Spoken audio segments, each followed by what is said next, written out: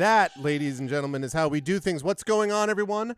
Welcome, Arvanauts. Welcome, everybody, to a Saturday night stream. It is good to see you all. I hope everyone is doing well and is looking forward to our stream this evening of Expedition from the Mysterious Peaks. It is day 10 of Expedition from the Mysterious Peaks. We are sponsored, as always, by Alligator Alley Entertainment, and welcome to the conclusion of Planetfall, which is this section of the campaign, and it will be a pivotal section of the campaign, as you will see in just a moment. Before we go any further, just a couple of reminders about ways to support us here on the channel. If you have not already done so, please make sure to follow the channel. Please check out our YouTube with !ArvTube. Our Discord channel is !ArvCord, where you can hang out with the Arvanauts in between streams. !ArvTweets is our Twitter, where you can always see when we're going live and various announcements about me and things going on with writing and occasionally other things involving certain things that exist in the world, in the cultural world and the political world.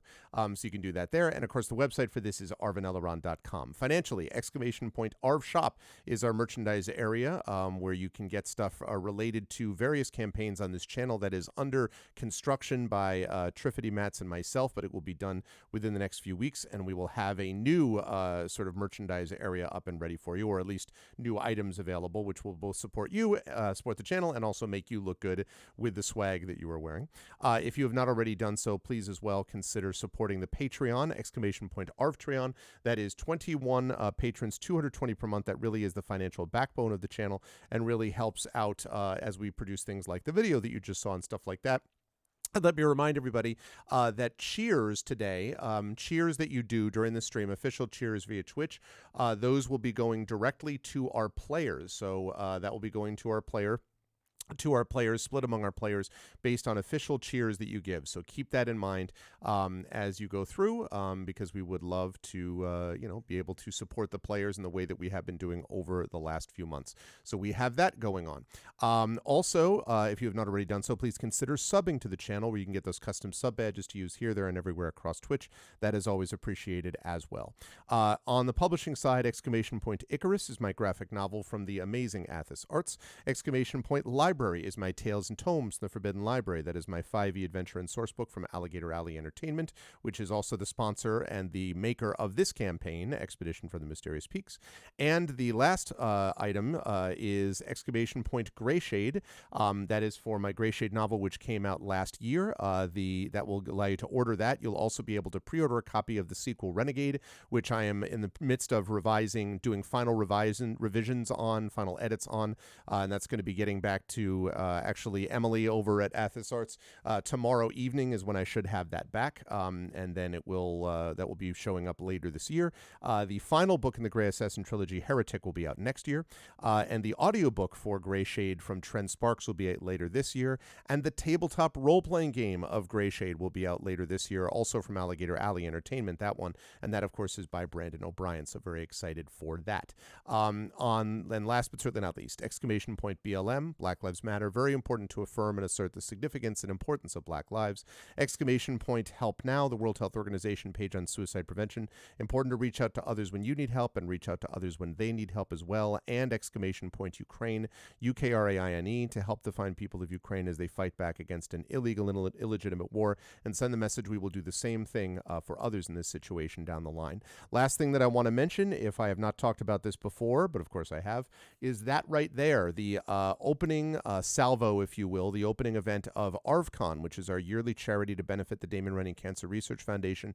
That is going to be happening on Thursday, May 25th, and that is my live D&D event, which will take place at the Klein Memorial Auditorium, the historic Klein Memorial Auditorium of Bridgeport, Connecticut, with 4 players known to this channel, 1 Zach Clay, 1 C.S.E. Cooney, 1 Carlos Hernandez, and 1 Robert Austin James, otherwise known as Darkside Rob. Those 4 players, along with a high school student, will be playing my Night at the Forbidden Library in front of a live audience, and $5, if you go to that link, will get you a ticket either in person, and we'd love to see many of you there in person, or online, because it will be live streamed as well. So please support that, and please pick up a ticket for that, because that is going to be happening literally 2 months from today. It is March 25th, so 2 months from today is when we will be launching that event, and I am very excited for it. Please spread the word about that as well. Okay, with all that said, I am now going to unmute myself and apologize apologize unreservedly for interrupting whoever I might have interrupted because I couldn't hear them. And then I'm going to unmute them. And last but certainly not least, I'm going to swing over to reveal the group. Oh, wait a minute. My webcam stuff is messed up. Hold on. Hold the What'd you do now, Greg? That wasn't me. Wow. That wasn't me. I just created a very large picture of Cat. There we go. Now we're all good. Yes, so chat, just a quick note, which is to say that we will not be joined tonight by Toya. We will have Toya back with us next month, so Toya Kristen Finley will not be with us, but we have Toya's wishes in terms of the character that she's going to choose, and her character will be ably played today by Cat Rambo, about which more in a moment. Zach will be joining us, but he will be joining us in just a minute or two. He is on the road, and he is going to be joining us by calling in. He is literally coming back from a pro DM gig, and he's going to be joining us on the road with us. So we will have him with us in just a moment, which will be great. And so we will have 3 out of the 4 of us going forward. I just did not want to cancel this again because it's been over a month since we've had a session. We're going to be doing 2 sessions next month, but still, I want to make sure that we get back on the wagon, as it were, and back rolling again. So with that said, I will be happy to introduce, first of all, a person who it is a pleasure to welcome back into the fold, and that is Johnny Pittman, who is there at the top left of your screen. Good to see you, Johnny. How is life and the universe with you? How's everything going? And who are you playing today before the final decision, which we will announce a little later when we get to that point? That sounds ominous. I don't know. I was supposed to make a decision. Gee, oh God. I have to make a decision. Greg, I can't deal with this pressure, man. Like, yeah, no. All right, no. Yeah. No, I'm glad it was. We've already had that conversation. It works out great. Absolutely all the love. But yeah, it's still a little harrowing. So I am doing okay. I'm actually doing better. I had a brief health scare, and then I had a brief mental health scare because of that brief health scare. But everything is good. I'm here now. I'm very happy to be here. I'm happy to be hanging out with you guys and playing. I'm still not ready to make this decision. I'm just going to be very clear about that, and I'll tell you why.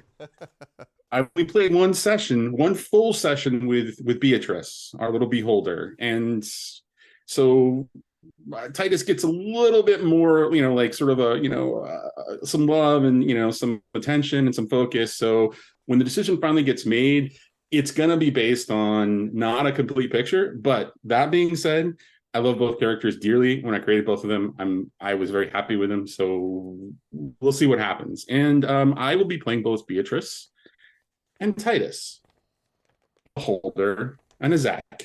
It's a little confusing. We'll try to keep up. And that's me. I am very excited for all of that. And yes, pleasure to have you back, Johnny.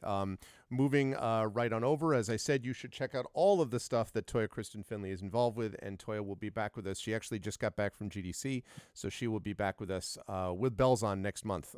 So for 2 sessions, so we'll have her back next month. In the meantime, though, she plays one of 2 characters, 2 potential characters. One of them is Nalik Darkly, otherwise better known as Nalls Darkly, and Dr. Naomi Winterfield.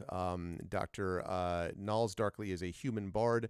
Dr. Winterfield is a human adept dream shaper, although there has been some reference made to the fact that there may be some dream connections down the line. So we will talk about that in just a moment, and I'll speak more about these decisions the players have to make in a little bit.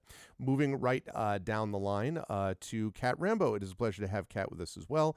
Cat and I were just discussing the virtues of being busy, albeit it means that sometimes it's hard to get everything in. But nonetheless, I am grateful that Kat is with us despite her busy schedule today. Kat, how are you doing? How's life and the universe with you? And which characters, plural, before the final decision is made, all right. are you doing today? I am running Bob, a lizard folk rogue, and Ziriel Fells Holly, also known as Jewel 5 ampersand, a cache specialist. And things are going well. That's good. Short and sweet. I love it. Very good stuff. Always a pleasure. And then last, as I mentioned, we will have Zach back with us. And I will also ask the players, I'm going to try to monitor Discord on this as well, but just do me a favor. And if Zach comes in and says, hey, I'm here and I don't notice it, please let me know so that I can let Zach in as soon as maybe. You got it. Otherwise, let us get underway and talk a little bit about what happened in our last session. And I'm going to switch over to our other map, which is our other overlay, which is properly set, except the player not available. Zach will be available. It's Toya who's not available, so let's make sure I move that there. Okay, good. So in our last session, the fantasy characters have been making their way out of Camria, and specifically have been making their way out of the center of Camria, this island that you see in the center of your screen known as Arkfeld. This happened because there was a terrible attack, and apparently, although no one knows exactly what is going on for sure, apparently this attack is a consequence of the leader of Arkfeld and the leader of Camria, someone known as the Primarch, who has apparently decided and it's unclear whether this is because of being influenced by a group of cultists from something known as the Light of Aoth. It is perhaps a result of that, or it may be for other reasons, but whatever the reason may be, there was a public execution, and the Primarch wished to bring order to Camria and thus executed someone who it turned out was very important to a character that the party meant, a character named Elu Winterwind. This character's brother was the one who was executed. And although Elu had once herself been a member of the Primarch's guards and basically had been one of the elite members of the society, that is obviously no longer the case, and she now is attempting to fight against this terrible thing that has happened to her people. But you can't fight against it when you are basically surrounded on all sides by multiple soldiers and everything else. And so the party had to make their way out. They managed to, first of all, go through some sewers. It wouldn't be a proper role-playing game if there wasn't a sewer level at some point. To go through some sewers, they were, as it turned out, pursued by a mysterious figure that turned out to be a halfling spy known as Taina Bryden, who turned out to be a apparently friendly character who was well known to both Elu and by the person whose shop the party took refuge in, a guy named Vitanda Dumark. And while they spent some time talking to Elu and talking about what was happening in Camria, she came up with a plan, which is basically, well, we can get out if we can get over to the island of Cespa, which you see, chat, at the top left of your screen. If you can get over to Cespa, then you can, we should be able to get to these gliders that she and Vitanda had worked on putting together. It was not the easiest thing in the world to do that because they had to get over a light bridge which was guarded. It required the use of an invisible force to help with this. It required some impressive rogue work from Fob, and in fact some deadly rogue work, as it turned out, from Fob as well, to eliminate some of the guards that were there. And they managed to get across to Cespa and all the way down to Vitanda's contraption, which was basically this glider, this Magitech-based glider. It is fair to say that the glider... Am I too quiet right now? Is that what I'm hearing? Am I quiet in chat? Because I can up the... I don't look quiet here, but I can certainly up the ante over here. Check 1, 2, 3, 4, 5, 6, 7. Okay, well, no. So it's not just for you, Hilness. It's very quiet for someone else. So, yeah, definitely let me know if that's happening. That should be better now, I think. Check 1, 2, 3, 4, 5, 6. Is that better for people in chat? Check 1, 2, check 1, 2. And you want to hear from Kat and Johnny to compare? Okay, well, here's me. Go ahead, and Johnny, can you speak? Sure. 1, 2, 3, 4. 1, 2, 3, 4. Okay, and Kat, would you mind? Hello, 1, 2, 3, 4. 1, 2, 3, 4. Okay, so how are we looking for the sound for everybody, folks? Better for you? Much better, all even now? All good. Okay, cool. Thank you. The glider has a few kinks to work out in the construction, largely because when the glider dropped off and Elu was trying to pilot this, there was this faint buzzing sound that grew behind the party, and it was because a pack of orb-shaped metallic constructs streaked towards you from the platform above. And there are these pair of crescent blades extending from the sides of each orb. There are 4 of these, and of course there are 4 of you. Elu would probably love to help if it weren't for the fact that she's trying to keep the glider from crashing. So I think she'll be a little busy, which means it's going to be up to the 4 players. And so, as I fire up a little bit of combat music here, I'm going to have everybody, let me just pull up my turn order thing. I would like everybody, please, to roll initiative for me. And we will see how we do against, there's my sound.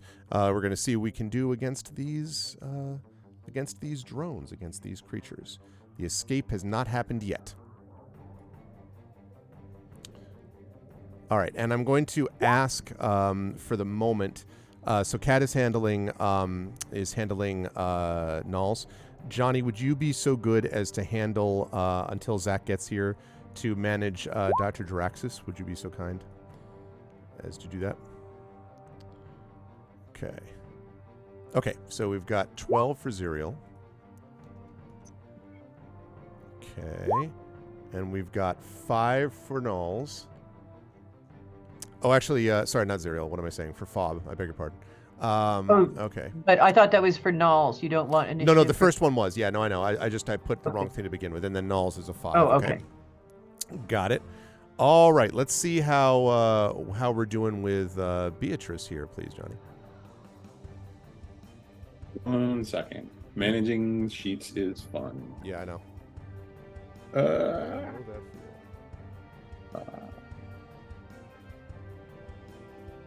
right, hold on.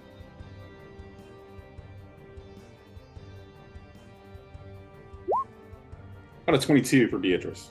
All right. Wait, what? No. I'm sorry. That's wrong. I don't know why I did that. Why I did that way. Let's see. Oh, 1 plus 20 plus 1. Well, that... yeah, it's yeah. How about a 6? That certainly would be effective.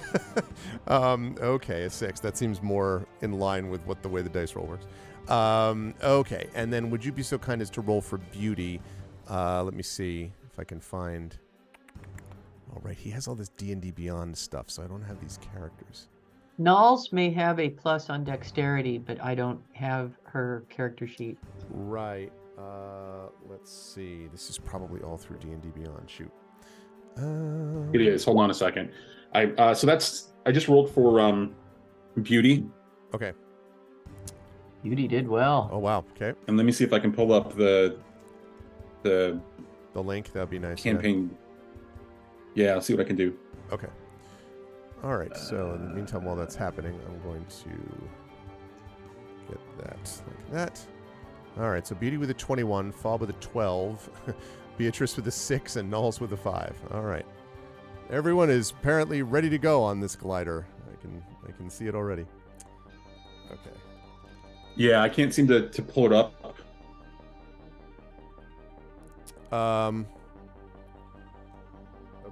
Hold on, just a second. So it's 1d20 plus 2 to roll for Nulls. It's a plus 2 for initiative. I see. So it should be 7 for Nulls. Okay. There we go. Got you. Thank you. Okay. Yeah, I have to. Now that we actually are going to be deciding where we're going with this, I'm going to ask people to do a copy of it on Roll20 as also, because I don't have access to D&D Beyond. Okay. Great. Okay, cool. Now, in the meantime, my characters.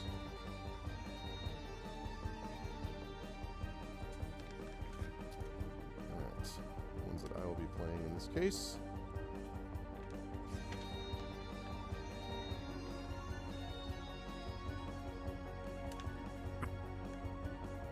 There we go. Right. Okay. So that will give us. All right. Excellent. Let's see. Here's where I ask, Fob, what is your dexterity? Just your raw score?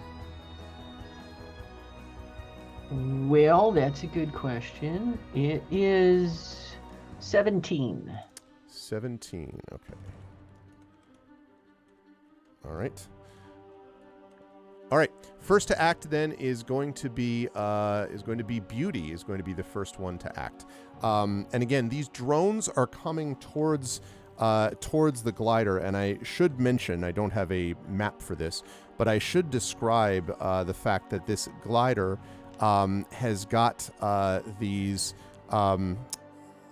basically these things that once this thing launches, there are these handrails and straps along the side, and these things have basically two large, besides the metal parts that I've described, two large, some kind of very strong, it looks like flexible fabric that essentially serves as the wing, above the glider. And you do see the drones heading towards those wings.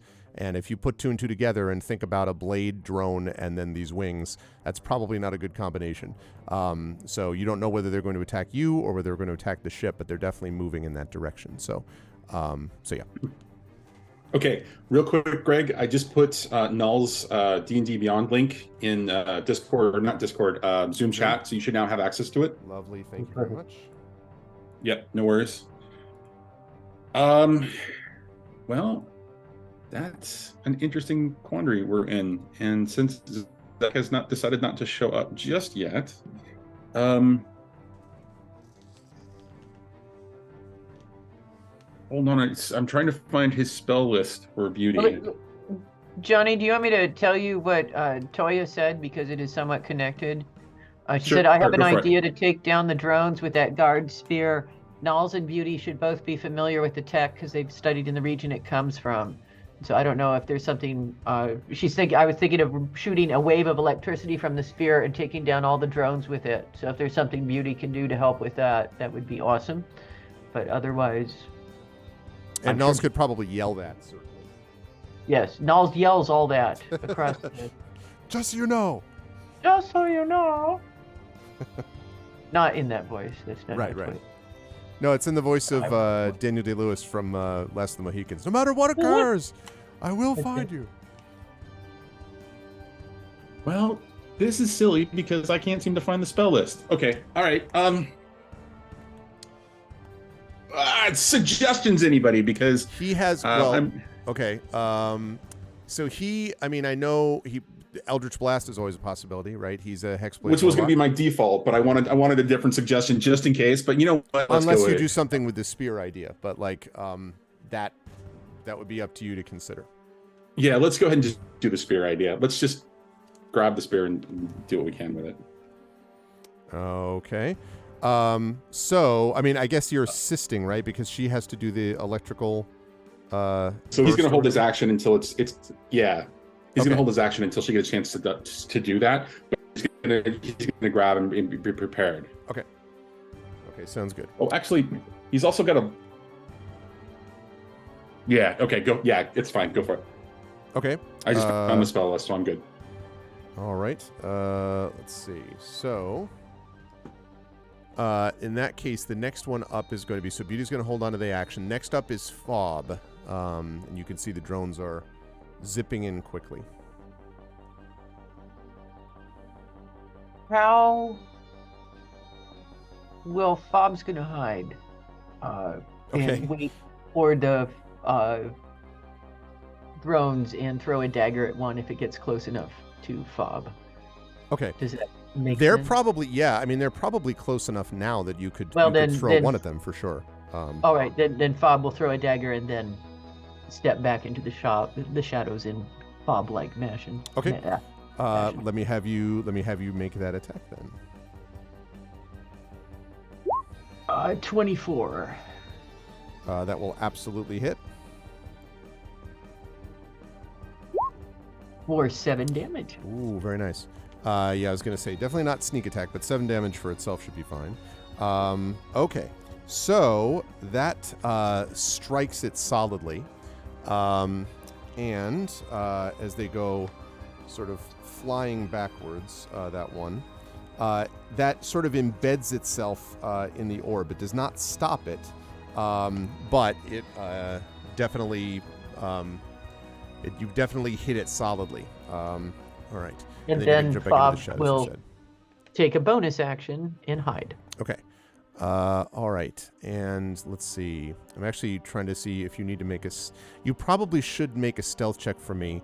I won't do it at disadvantage because of Fob's abilities in this area, but it'll just be a normal stealth And this check is to see if I despite hide. the cunning action ability, which is allowing me to hide as a bonus action. Yeah, well, I guess since it's cunning action, I knew about the bonus action part. I guess so. I'm thinking about the fact that they're also zooming in at you. No, that's okay. So you are able to hide. There are, of course, limited places, I should note, on this to hide, but I'm assuming that you're basically dropping sort of behind someone more or less, more than in the shadows. Someone bigger. Okay. Capable of taking hits. Okay. That seems like a good idea. All right, so it is the bad guy's turn. The 4 drones swoop in. 2 of them, hello Stronghold D&D. 2 of them swoop in towards the large wing, and they slash away. Let's see how they do it, hitting this thing.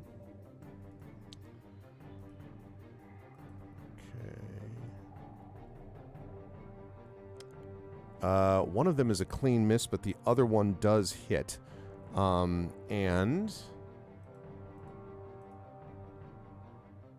Okay, and does a few points, you don't know how much, but you can see a rip, slight rip open up in the top. And Elu sort of yells over her shoulder, "That's not good! We have to stop that!" As she struggles to keep the thing kind of, because you can feel the air sort of flying in. And on cue, here is our good friend Zach. Windows will be messed up for just a moment, everybody, whilst we get Zach on board. Hello, Zach. Can you hear us? Continue to follow. Yes, can you hear me? I can. I can hear your map telling you telling you how to do things. I'll try to do something about that. Hello, greetings. Hello, welcome. Zach. So while I'm redoing the Hello, windows, they are in the midst of trying to handle a drone attack upon your persons. So that's what they're doing.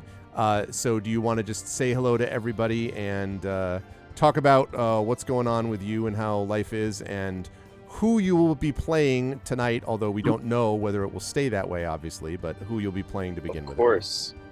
Thank you, everyone. Thank you for being so patient in my late arrival. I'm on my way back home right now from playing even more D&D, and just had a party of some clients that just fought the Demogorgon, which was very fun. Wow.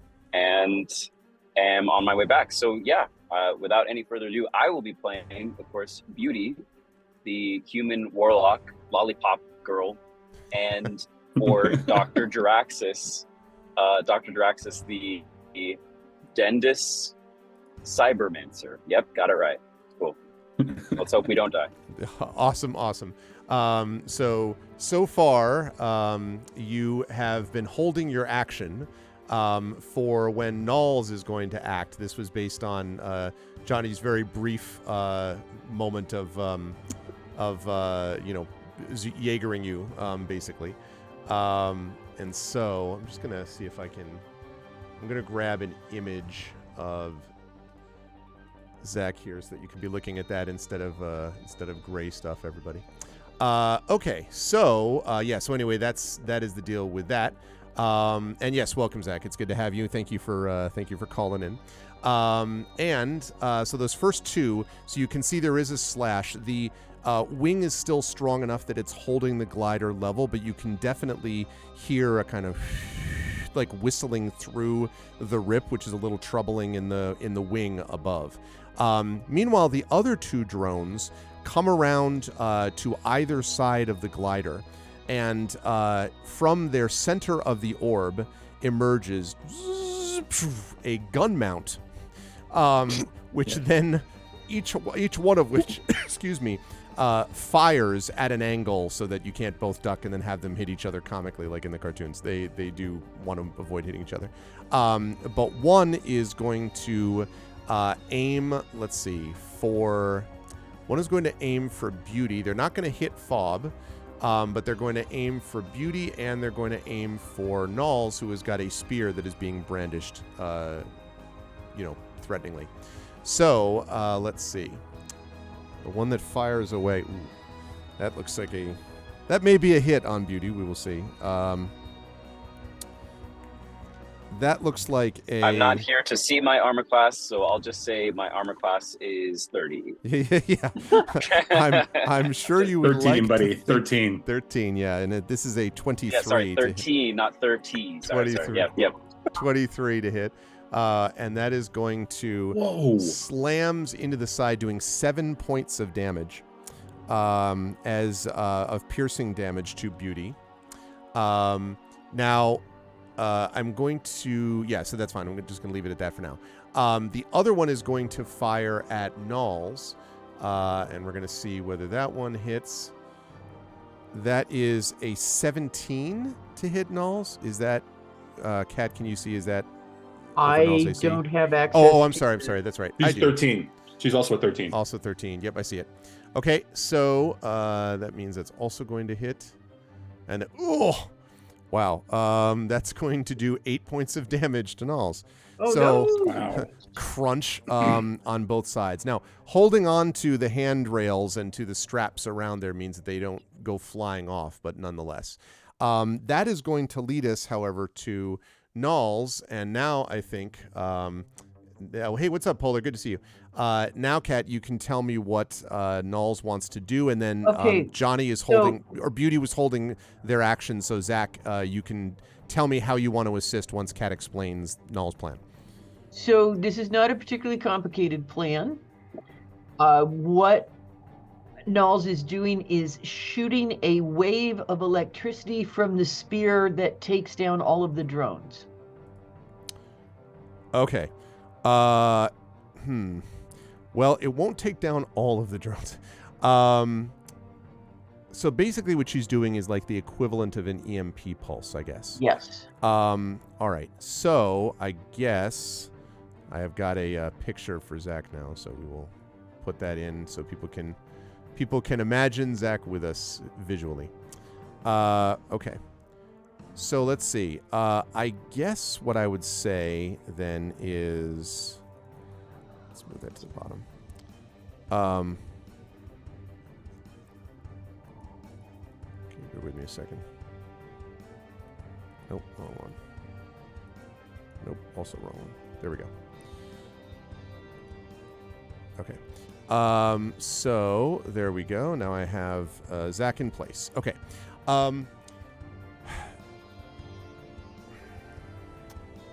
I guess what I will have her do is, okay, there are going to be two requirements here. First is that I'm going to need her to do an Arcana check to see if she can figure out, or I should say Nulls, if he can figure out whether or not, or how to basically trigger the pulse of electricity off of the spear. So the first thing will be Arcana. So what is the plus for Arcana?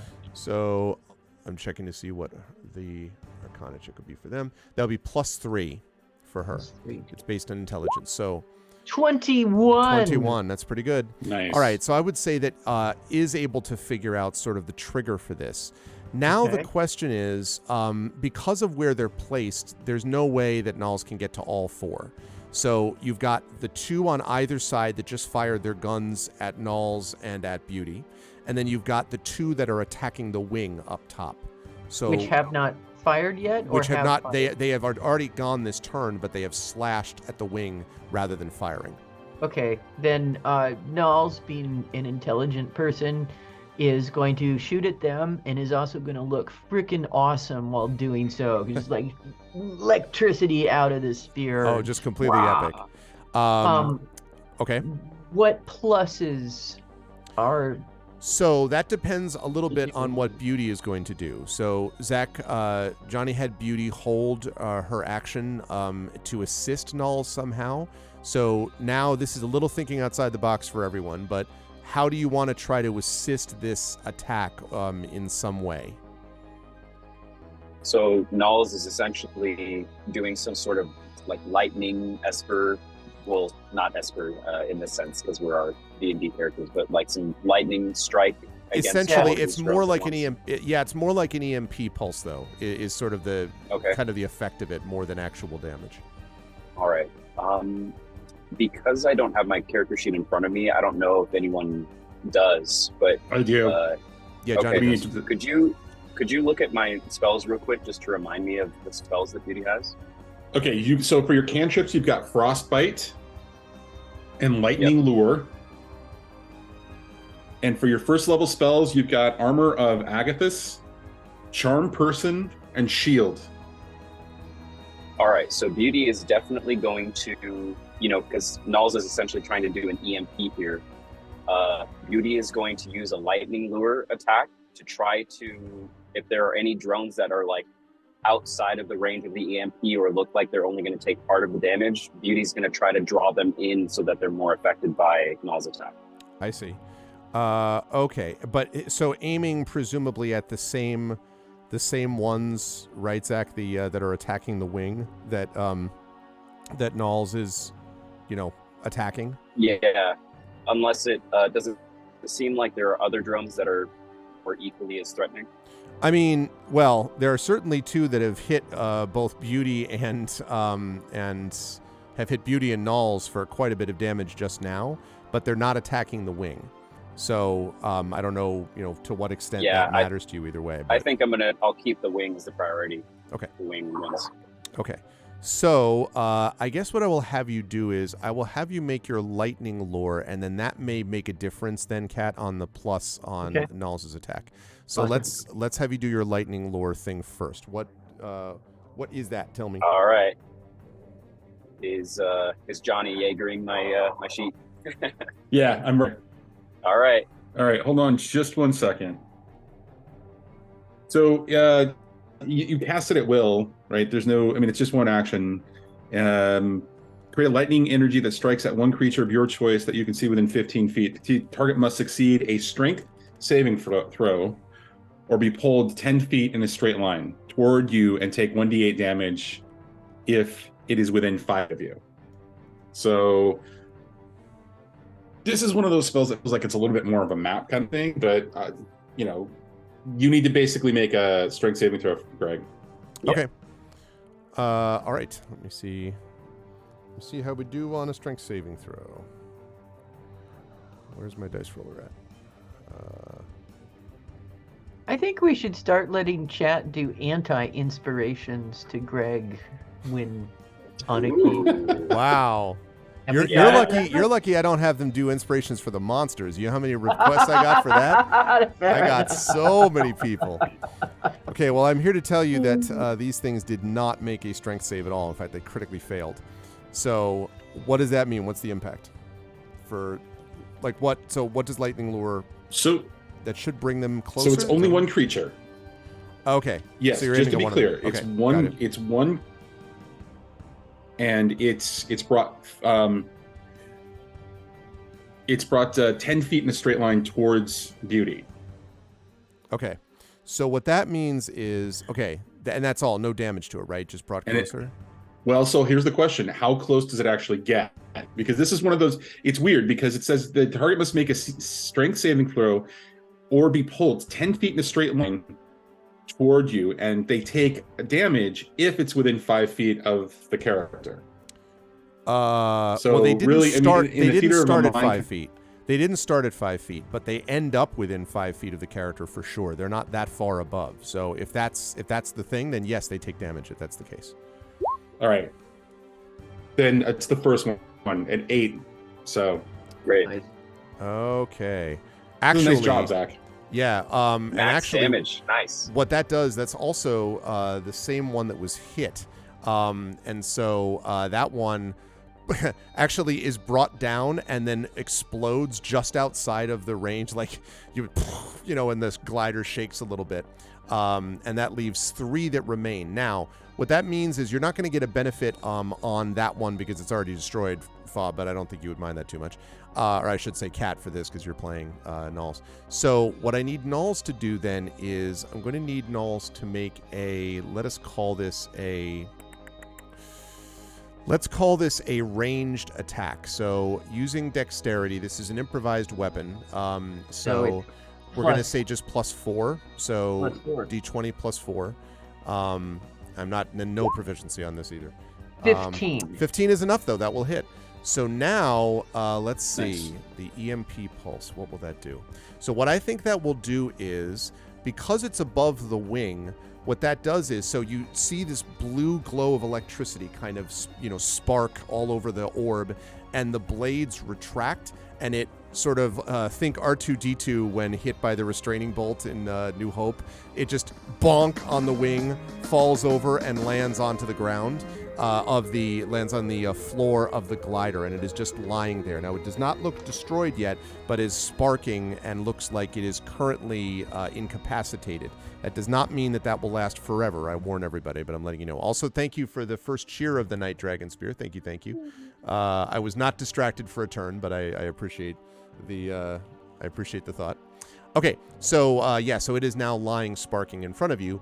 And Nulls, you could have Nulls step back. I mean, there's not a lot of room here to maneuver on the glider, or stay where they are. But you tell me, Kat, if you want Nulls to go someplace.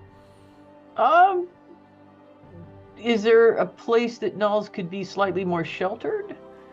Not really. Not really. In that case, Nulls will remain looking cool and awesome. Okay.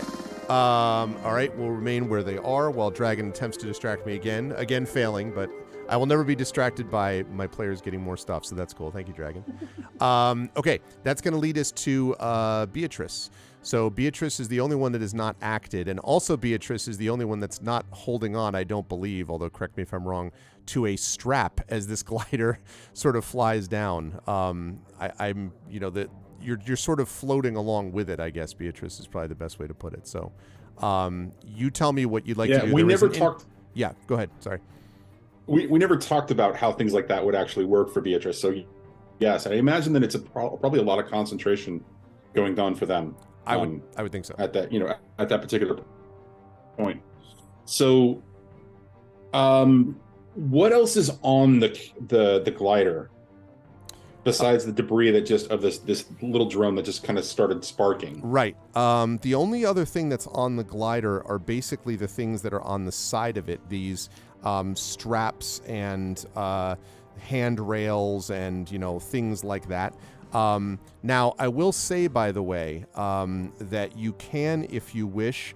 So far, this thing has only lurched once or twice, but there is a serious risk if it gets hit again that the whole glider could tip, or you could all be thrown off unless you take an action to tie yourself to one of the leather straps.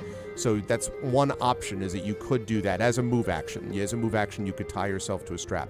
It means you then can't move around much, but you can then be held there. Thank you for the further cheer and the electrical attack there, Dragon. Appreciate it. So you've got two drones to your left and right of the glider that have been firing at you. The one sparking drone currently incapacitated on the floor of the glider. Elu desperately trying to keep the glider reasonably level as it heads down towards the ground. Not on a dive, but I mean just sort of a gradual movement down to the ground. And you've got the one that's still above dealing with the... Oh, no, it's not actually. There's nothing attacking the wing at the moment because that one was down there. So that's the kind of situation in combat at the moment.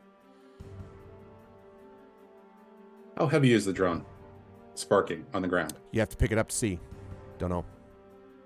It doesn't look particularly large. Does it look particularly heavy? It can't, unless it's made of lead, it can't be that heavy. But you don't know for sure without picking it up. You don't know how heavy the material is inside it. But it certainly does not look like a device which is super heavy. All right, then I cast Catapult on it, and I'm going to send it at one of the other drones. Catapult. All right. Tell me, you've used this before. Tell me about this attack. Fun. That's a nice spell. Choose one object weighing 1 to 5 pounds within the range that isn't being worn or carried. Okay. So it's within 60 feet of me. Yep, definitely. So I can grab it. Yep. The object flies in a straight line up to 90 feet in the direction you choose before falling to the ground. Stopping early, it hacks against a solid surface. Another drone. If the object would strike a creature, the creature must make a dexterity save throw. On a failed save, The object strikes the target and stops moving. When the object strikes something, the object and whatever it strikes takes 3d8 bludgeoning damage. Alrighty. Okay. Can you catapult? Hence my question about weight. Yeah. So we'll see what happens when you try to use the spell. Can you direct catapult though against a moving object? Because I assume the theory is if you like catapult something into a wall. I'm wondering about on a flying glider catapulting a incapacitated drone at a also flying drone. This is a spell. I don't actually require anything else but the use of magic. It's just magic, I mean, right? I just wave my hand at this point, and like Beatrice doesn't even have hands.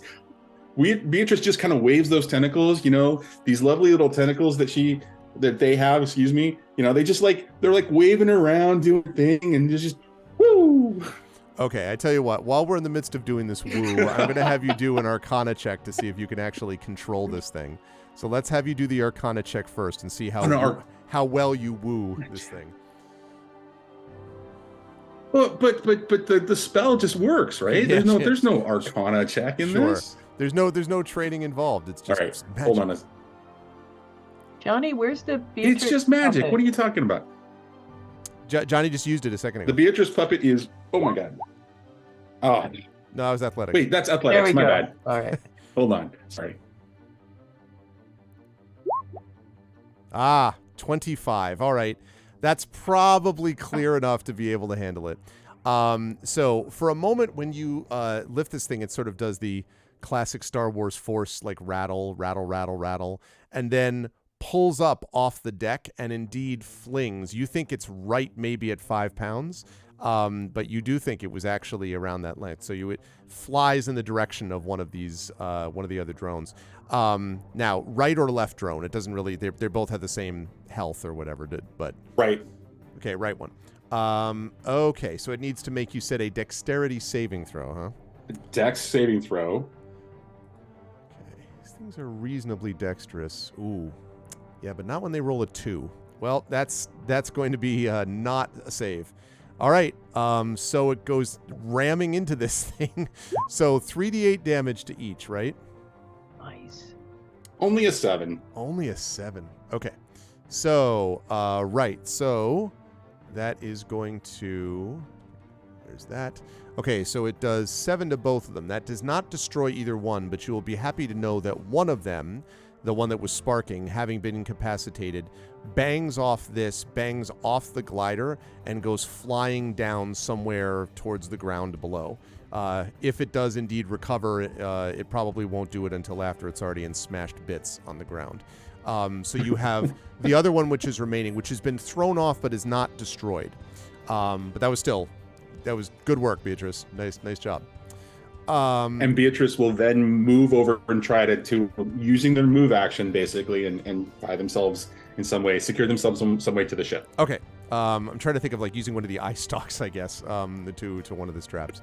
Well, so one of the cantrips that Beatrice has is Mage Hand, and we talked about how doing that might involve like a delicate sort of like action, right? But like it's not like, but it would be more of like a natural kind of a thing for them, and not something that like.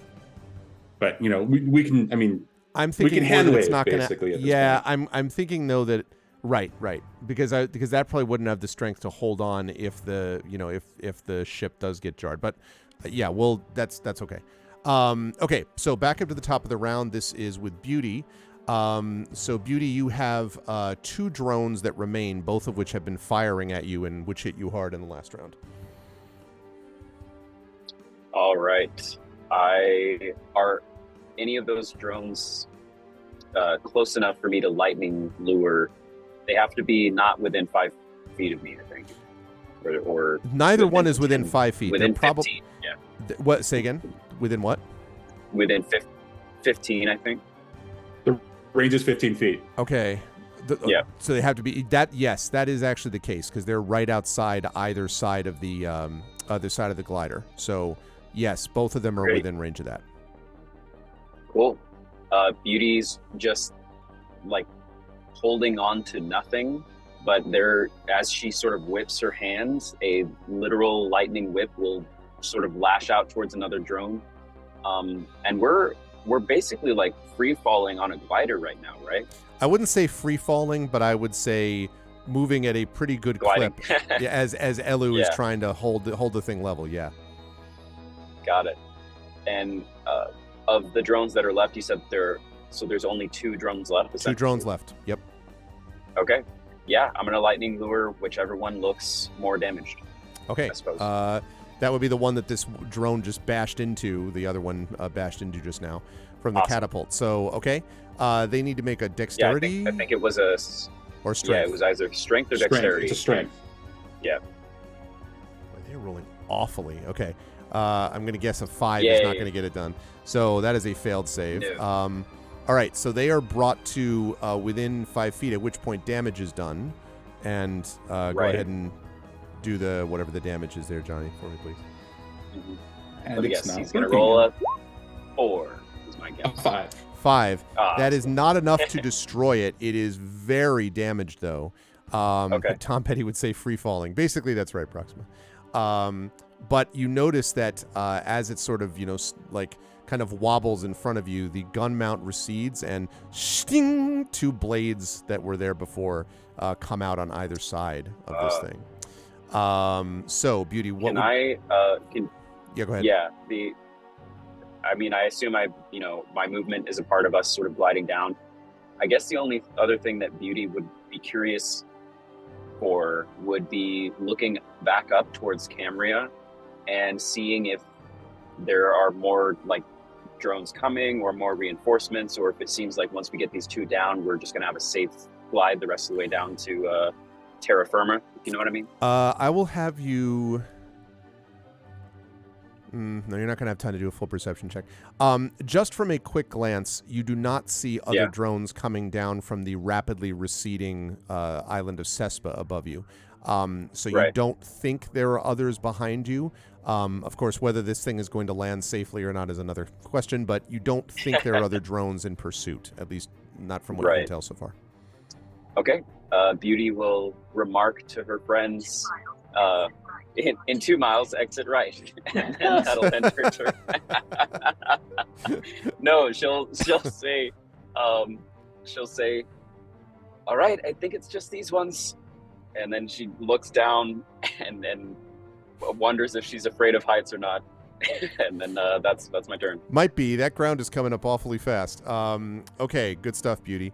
So that's going to lead us to Fob. So Fob, there is this one that's right in front of Beauty with the blades that I just mentioned, which is wobbling a little unsteadily.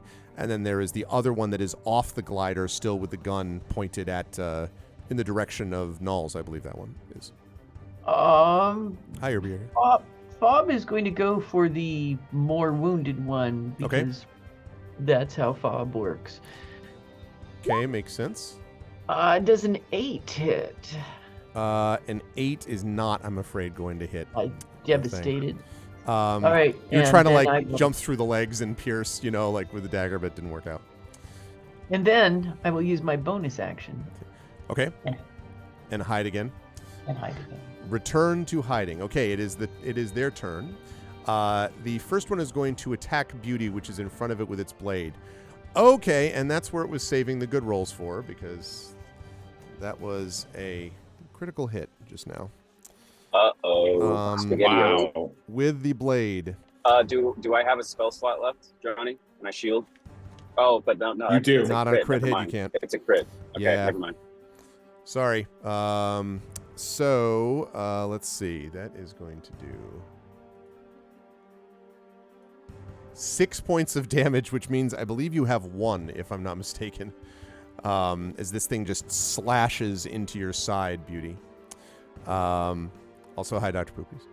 And then the other one is going to fire away at Nulls, that is flying off to the side of the glider, but is going to critically miss, which is probably, I'm sure everyone is happy about that. Otherwise, they're going to stay where they are. The one that is attacking is going to continue its attack on you, Beauty, next turn, depending on what happens next. Okay, that leads us to Nulls. So Nulls is now standing. You've got the the gun drone basically right off the glider, maybe 5 to 10 feet off, about 10 feet off, and then the one that is right in front of Beauty that is very damaged but not destroyed. Knowles is going to go for the one that was shooting at Knowles. That seems logical. Okay, now for this one, are you going to do? Because that you notice that the spear is basically drained. There's no more electricity from the spear. So then Knowles will. Is there a gun? Whatever the most possible ranged attack is, that is what Knowles will do. There's a crossbow. Sure. That I see on Knowles. Sounds intriguing. All right, and that would be, let's see, that would be that plus proficiency. So that would be +6 if I'm reading that right. Okay. So that would be D20 +6. God damn it. 9. Does a 9 hit? Sorry, it does not. The bolt goes wide, unfortunately. Is Knowles, now Knowles still has a move action left. Is Knowles going to try to attach to the hand strap that, like I mentioned, using the move action? Yes. Or okay. Yes. All right, so Knowles is able to kind of hang on as that happens, which is going to bring us down to Beatrice. These drones have done some damage to your companions, Beatrice. There is, however, one very damaged one, and then one that is still fresh off the starboard actually off the port bow, I guess. Well, what we're gonna do is we're gonna do a ranged attack. Okay. And gonna attack the one that's really damaged. That was just attacking Beauty, I believe. Okay. The blade, the one that has its blades out, basically. Wait, no, that's not what I wanted to do. Why did it do that? Ray of Frost. Hold on a second. Spell attack. How about an 18 or a 24? There you go. Which one do you? I'll take the 24. Yes, 24 will absolutely hit. Well, I just rolled. I rolled the damage before I actually rolled the. I actual see. roll, I see. so. You were assuming. Okay. You'll be happy to know that this thing had 1 hit point remaining, and so the 3 is enough to take it out. And it ices over, bangs onto the ground, and then and just kind of sparks and smoke shoots out of its insides. It is not going to move again. That leaves you with 1 drone left, Beatrice. You don't have a move available to you unless you'd have to use your move to disengage from the strap if you wanted, but I don't know if you want to do that. No, I'm good. Okay. I'll do that. I'm good for the moment. Brings us up to the top of the round. Beauty, you have got a single hit point left. You have 1 drone that is off the port side, and the glider is sort of pitching slightly forward. Not in a I'm diving for the ground, but in a it's getting real as far as this gliding down. Great. So, sorry, do I have a spell slot left, Johnny? You do. 100% casting Armor of Agathis, waving a hand over myself and not liking much the thought of falling unconscious while gliding through the sky. So gonna wave a fiendish aura of cold over and have a little shield of ice to help protect me. Okay. All right. So you have done those things. Beauty, you have a move action left. Do you want to strap in, or are you going to stay where you are? I didn't know I wasn't strapped in, so probably also Beauty didn't know. She's like, "Oh, there's a strap." there are many straps. Yeah. She hooks it in. Okay. Yes. Sounds like a plan. Okay, that leads us to. So just so I'm clear, I believe that means Beauty is strapped in. Beatrice is strapped in. Knowles is strapped in, so I think the only one not strapped in at the moment is Fob. So just keep that in mind, Fob. Up to you if you want to do that on your turn. Fob will strap in. Okay. If Fob sees everybody else doing it. After I assume after you attack, but you can tell me. Oh yeah. And it is your turn, Fob. So you have one that's off the side of the glider now. Well, I'm gonna fling one more dagger at it. Okay. Let us see how that. Yeah, that's right. It was your dagger that started this damage fest of all of you. Well, one does what one can. Oh, God damn it. 9. Very popular roll today. No, unfortunately, that also misses. That dagger goes flying off, and I do need you to mark off that you're not going to get that dagger back, unfortunately. What? That's that literally isn't, unless you want to go down and seek in the... hey, look, Greg, you said sandboxy, right? Right, you'll say we land, that's our first quest. First quest, find Fob's Star dagger. Trek 35, the search for Fob's dagger. Okay, and then you said you wanted Fob to strap in? Yes, please. Okay. All right. Meanwhile, the remaining drone has not given up, not surprisingly. It is going to fire at Knowles again. And this time it is going to hit. That is going to be a...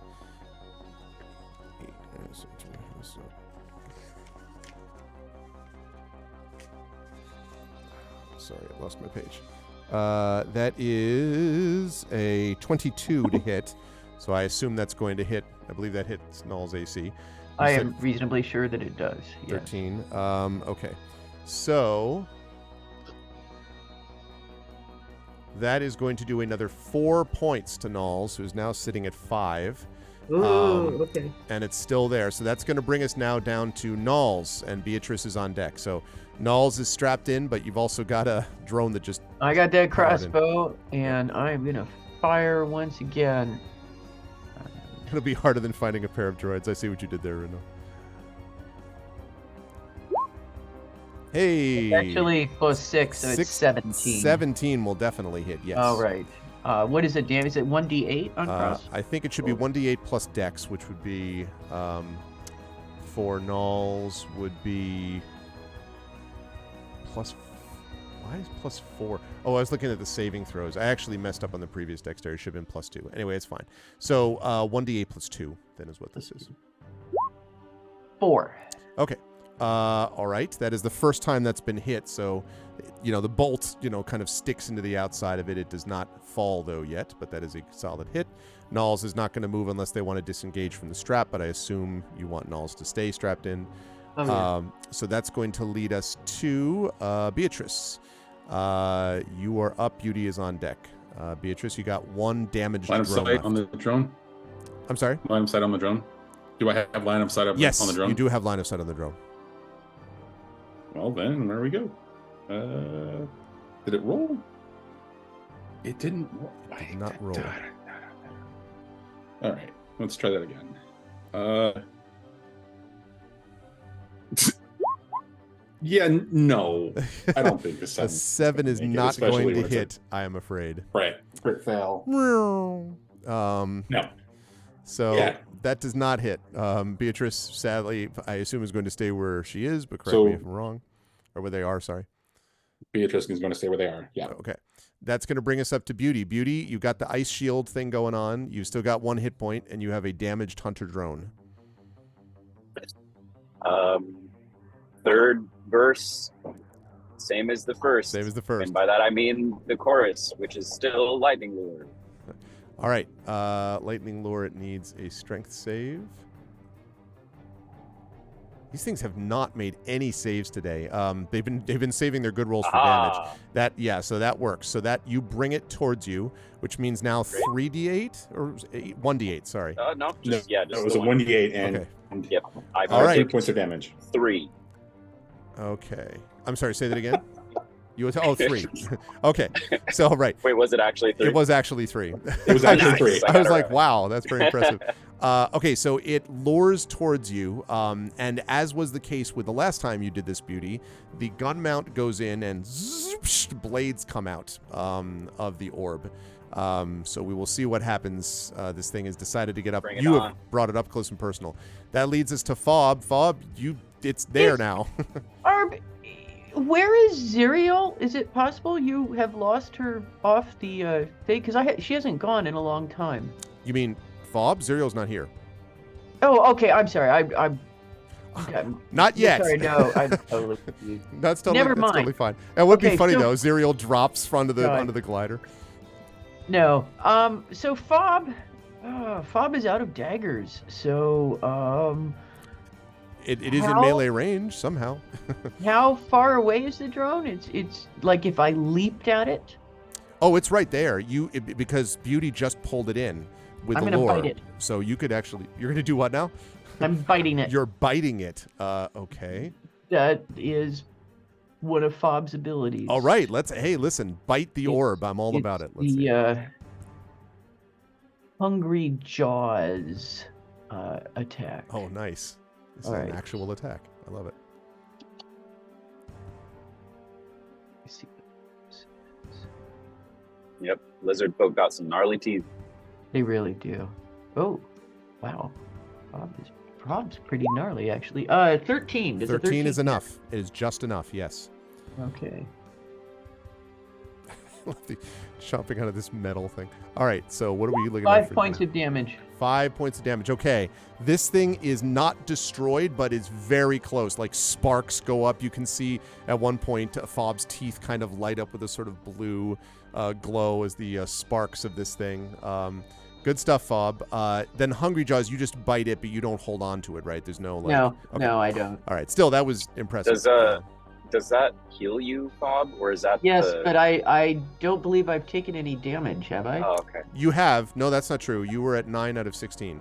Oh, then I am healed too, so I'm at 11 out of 16. Wondering if that works against non-organics. I'm sure it'll be fine. Okay. All right. Well. No and- time to stop and talk about such You things. need That's anything.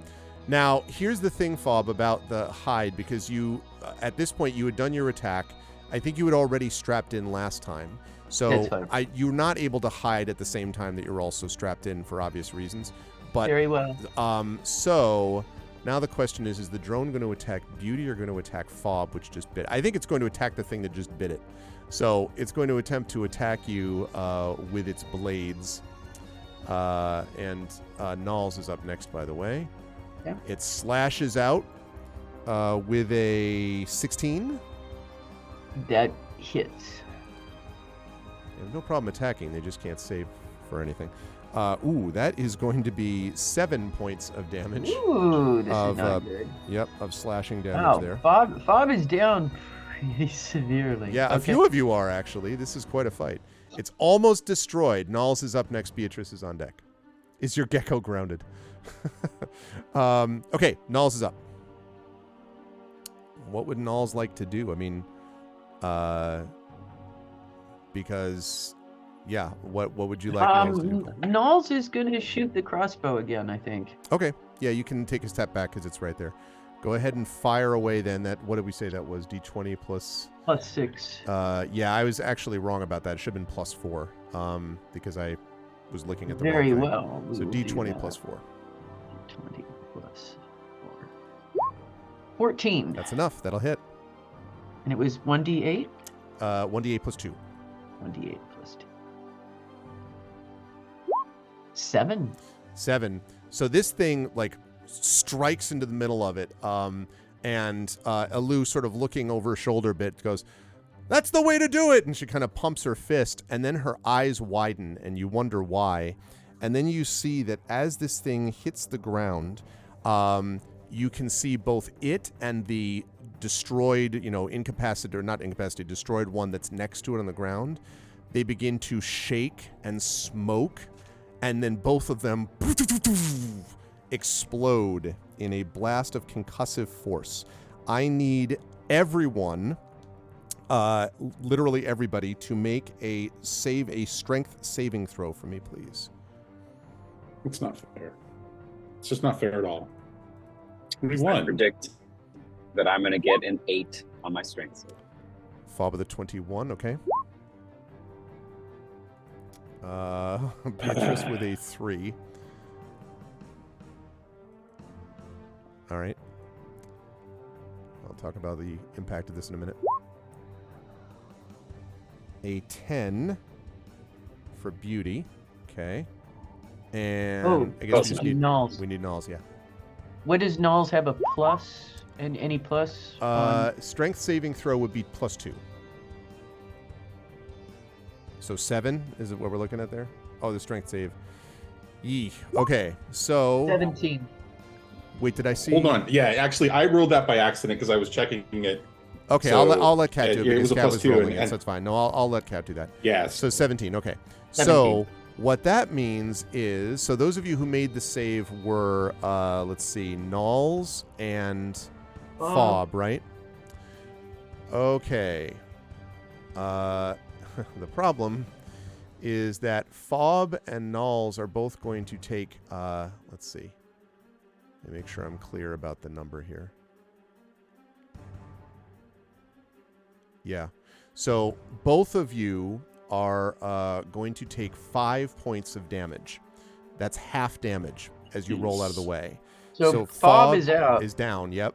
-1. Also, Nulls is down at 0. There's going to be something else you're going to have to do in a minute for me saving throw-wise, Fob.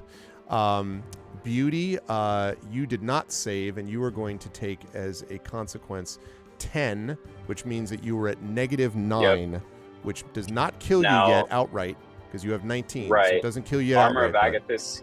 Armor of Agathis gave me 5 temp, so not -9, but I'm still down anyway. Okay, so that brings you. What are we at? Like -4, I think. Right, but I'm not sure that I thought negatives only matter if one attack does full negative health damage. Like it does. We don't keep counting it, do we? No. No. Every turn. No, Yeah. not every turn, but it has to do with. No, I'm just talking about what you land at initially. Oh, sure.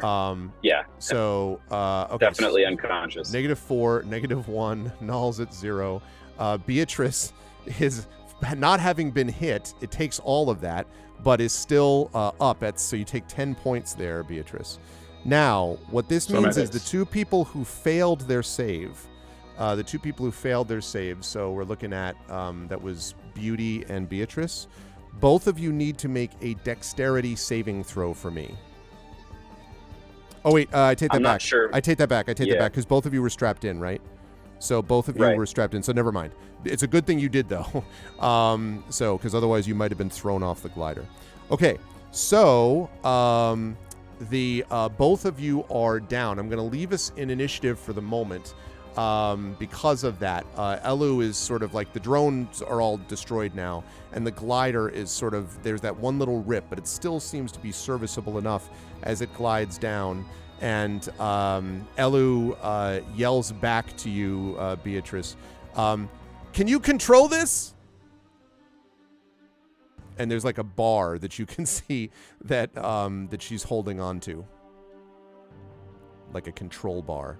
Control what? The glider. What am I controlling? Or either that or help your friends. They're in big trouble. On it. And Beatrice is going to move to what is Beauty and what is Nulls at? Beauty now? is at -4. Fob is at -1. Nulls is at 0. Sorry, Fob. Jeez, I can only save one of them. Well, you may have more. You may have a chance to do more than this per turn. You just have to. You got to stabilize them each time, unless you have healing potions or anything like that. Well, so I can. So I've got one spell, and I have a spell slot that'll do it. But I've got, what is it?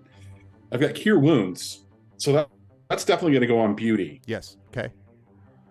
So let's do that. Go ahead with Cure Wounds. And that's gonna bring Beauty up to 1 hit point. Well, if you're doing Cure Wounds, then Beauty started at -4. So for a Cure Wounds, you start at 0. So that means the equivalent of 0. So she'd be up to 9. So that's fine. Because I see 9 points there, right? Is what you did? Oh, sorry. Yeah, you're right. I'm sorry. I read the wrong thing. I'm sorry. Okay. I read the wrong thing there. I'm sure Beauty won't mind. So yeah, she's up to 9 points. Okay, so Beauty, your eyes flicker open. And conveniently, actually, it's Beauty's turn next. So, Beauty, you are on the ground, and I'd say that you're close enough to get to Fob or Nulls, who are both at -1 and 0 respectively. So you could, if you wanted, you're still strapped in, Beauty. You could try to, but you could, I think, even strapped in, get to one of them. Either one that you choose, because they're both kind of lying on the ground nearby. Okay, Beauty will go to Nalik just because Beauty's thinks Nalik, if she doesn't have magic, seems magical and may be able to further help. Okay. So yeah, Beauty's gonna try to stabilize Nalik. Okay, let me have you make, unless you have some healing ability, let me have you make a medicine check for me, please. Yeah, I don't think I do, so Okay. medicine.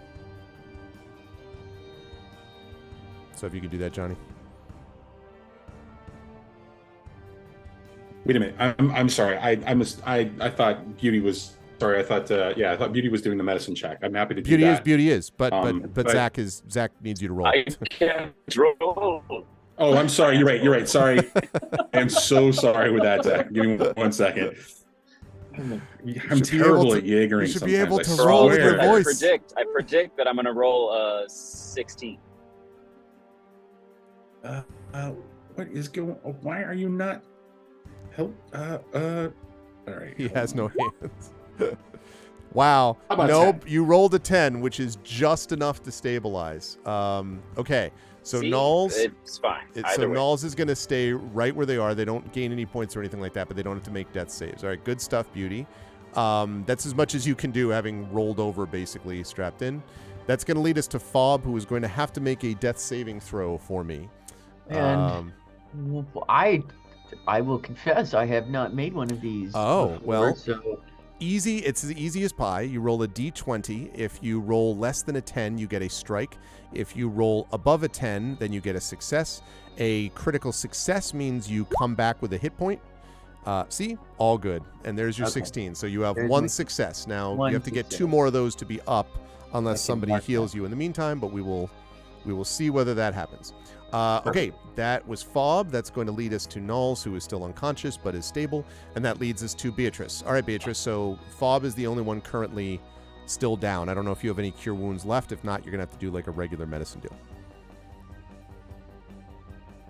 I'm gonna have to do. I mean, basically using Mage Hand, I'm gonna have to roll a medicine check here to see if Okay. I can actually stabilize them. Let's see it. Give me 1 second. Let's make it happen. All right. Wrong place, wrong screen. Sure, let's do that. A 3 is not, I'm Hey, afraid. Beauty, you're you're up.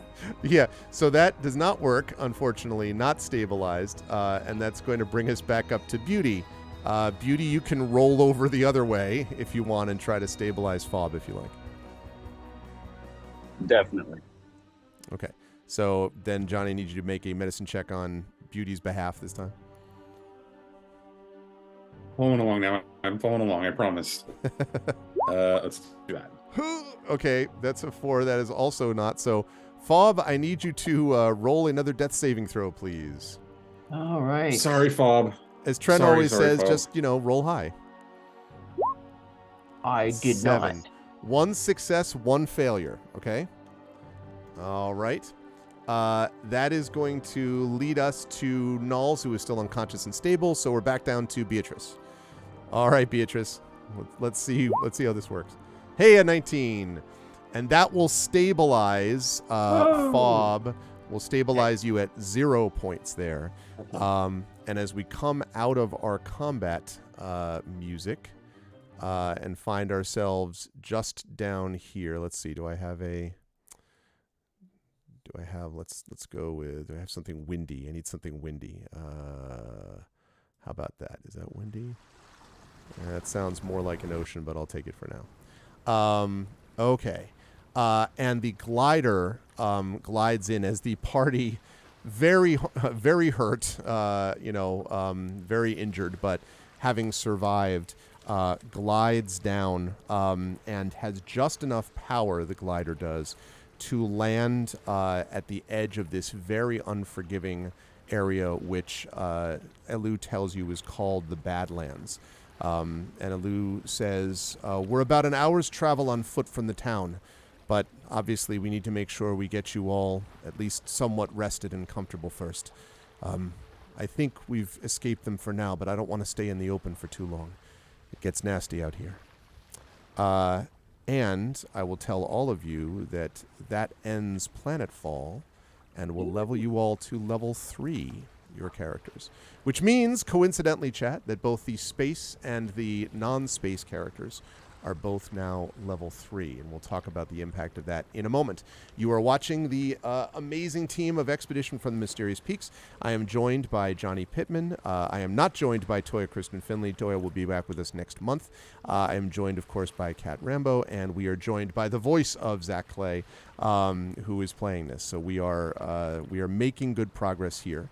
Also, I do want to ask the players very quickly, given that this was a little bit weird in terms of starting time and everything else, Zach, do you still need to be done by 10:30, like on the dot, or is that different tonight or not? Coincidentally, I'm pretty sure I can go a little bit over, but I'm not sure about the other players. But yeah, I don't need to end on the dot today. So what I was going to suggest was, if the players want, this might be a good spot to take like a 5-minute break, and then come back and go to 10:45 is what I was going to suggest Eastern. Is that okay with everybody? That sounds Okay, good. so let's do that. Very exciting beginning, and chat, you're about to see what happens when they choose which players they will go with. So please stick with us. Please I have a support quick the Johnny, channel. question first. Oh yeah, go ahead, Johnny. Quick question. All right, so because we just leveled up for third on the fantasy characters, does that mean that everything is restored? Or are hit points restored? Are we going to take a short rest and do that? You can do a short. You absolutely can do a short rest. You're not going to have everything restored with everything else, because that will happen when you get to the town. But I would assume, unless you have a way to get yourselves up to healing, once you get to the town, you should be in an area where you could restore yourself up basically to full or the equivalent. But first, you have to get to town. Okay. Only reason I'm asking, well, so as long as we can take the short rest, I can use some cure wounds and bring people back.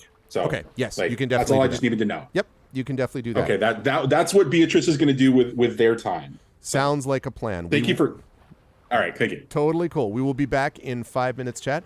Please stick with us, and please support the channel. Please cheer for these players as well if you like what they're doing, and we'll be right back at you in a bit. Hold tight.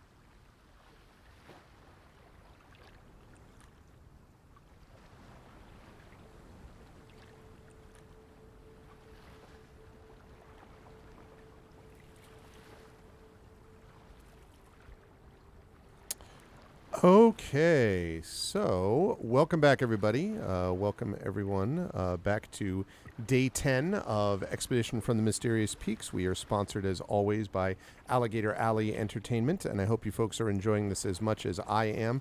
I should note, by the way, for the record, that underneath my jersey here, my hoodie, I am currently wearing my Espergenesis shirt, but I am, in fact, wearing the shirt of my alma mater, the University of Connecticut Huskies. Both men and women were in the NCAA tournament. The women lost earlier today, sadly, marking the first time in 18 years they haven't made the final 8 of their tournament, which is pretty impressive. The men right now are leading Gonzaga by 3 points with 3 minutes left to go. So I want you all to know this is how much I love these players. The fact that I am not watching that game with, with incredible, bated breath and interest, but I will admit that I may check a score, occasionally as this goes through. So go Huskies! I just wanted to say that. Okay. It's okay if you want to have like a little window there, like right, just so you're to watching pop the game up. at the end. Yeah, it's great. I will, you should totally do that. Listen, if something happens to just happen to work out all of a sudden where you're just you were rewarded with 3 levels, maybe you'll know why. Maybe that means things are going well. Maybe you too should root for Go Huskies. But anyway, in any case, we are back here on the ground, as it were.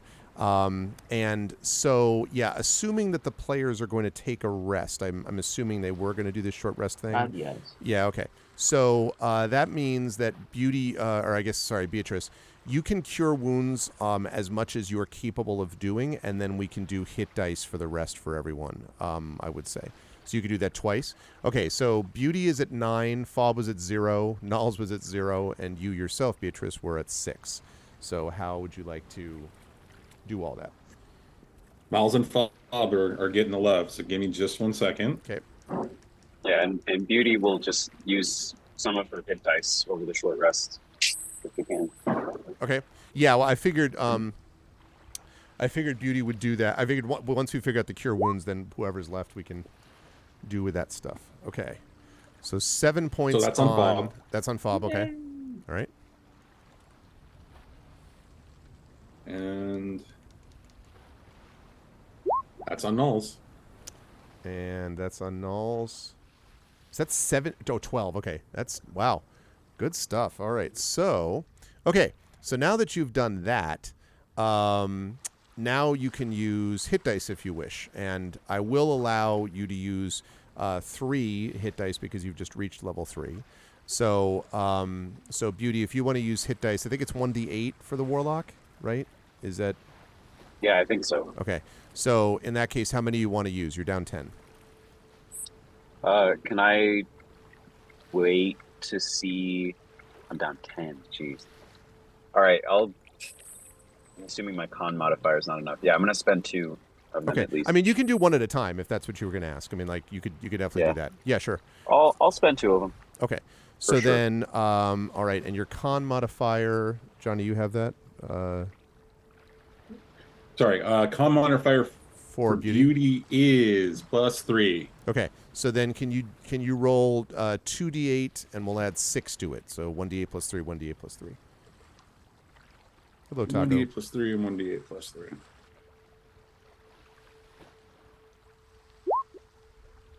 How about an 8? Okay.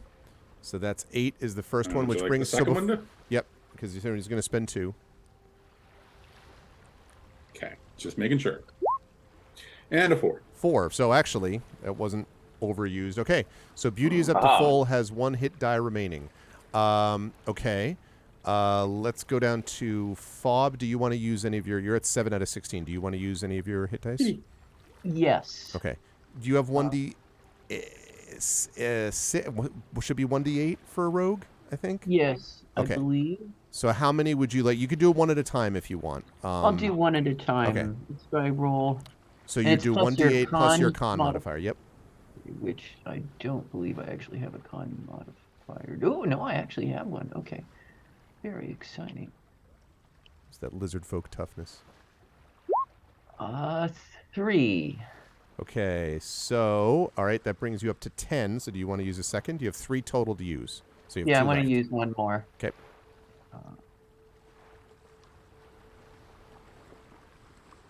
I might roll much better this time, but let's see. 7. 7. That is much better. There you That's go. much better. Up to full, and you have a hit die left. Lovely. Excellent. Okay, for Nalls, do you think Nalls is good? Is it 12 out of 17? Is Nalls going to want to use 1, you think, Kat? Knowles is going to use 1. Okay. So, and Bards, it should also be D8. I think they're mostly D8. Although hold on a second. Let me check to make sure their Bard is D8.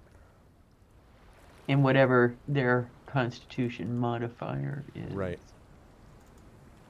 Constitution modifier is +2. Okay, and it is...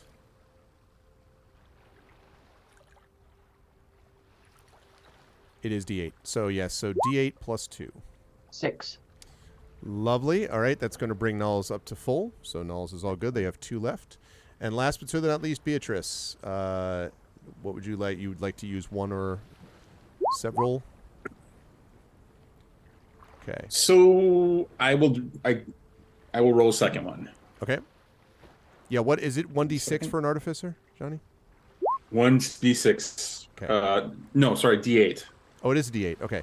So 6 and 9. It is a All right. D8. So that brings you up to full, and you have 1 hit die left. All right.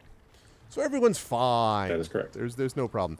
The glider itself, I should say, that rip is a little bit of an issue, but the bigger issue is the fact that the Magitech things that were underneath it, basically the pads that were giving it some hover power, basically had started to fail from the very beginning. And Elu kind of grumbles to herself as she looks at it, and she's just kind of like, Vatanda said that he had worked out this problem. And she kind of looks way up, and you really can't even see above you where Camria is. But you know it's somewhere up there beyond the clouds. And she's like, well, there's only one way we're going to get back there, and that means that we have to head into town. New Camport is in that way, and so we'll probably want to head that direction. And she looks at all of you and she says, but, just so you're aware, we shouldn't run into any problems, I don't think, getting there, but once there, I don't entirely know whether or not we're going to... Well, we need resources. I assume we'll be able to get some things, but the traders in New Camport are known for having a captive audience. That means that it's going to cost us some serious coin to get some of the supplies that we need. But our only other option is to stay here and wait for some to come down, and they probably will come down eventually looking for us. So I'd say we want to move sooner rather than later.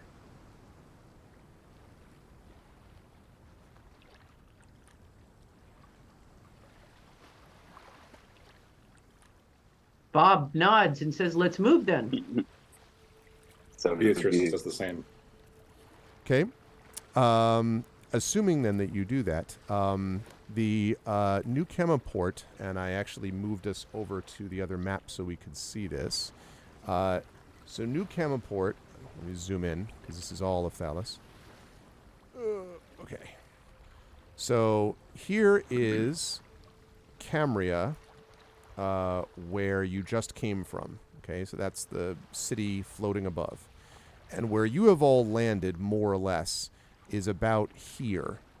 So Renvarith is over there. It's a decent trip, though, because you got to go back up the other side of the mountains. And this down here is known as the Cleft. And this whole area is called the Badlands. And all of you who have lived here will know that the Badlands are aptly named. This is not a great place to be caught or to have to travel through. But it is the only thing in front of you, although fortunately not until after you've gotten a little bit of resources at New Camport. And so, led by Elu, you head off in that direction. And when you get to town, let's stop with the open ocean here. Let's go with a town. Let's see, track.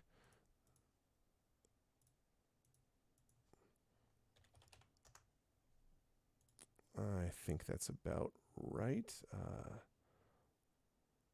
Yeah, let's go with this one. Okay.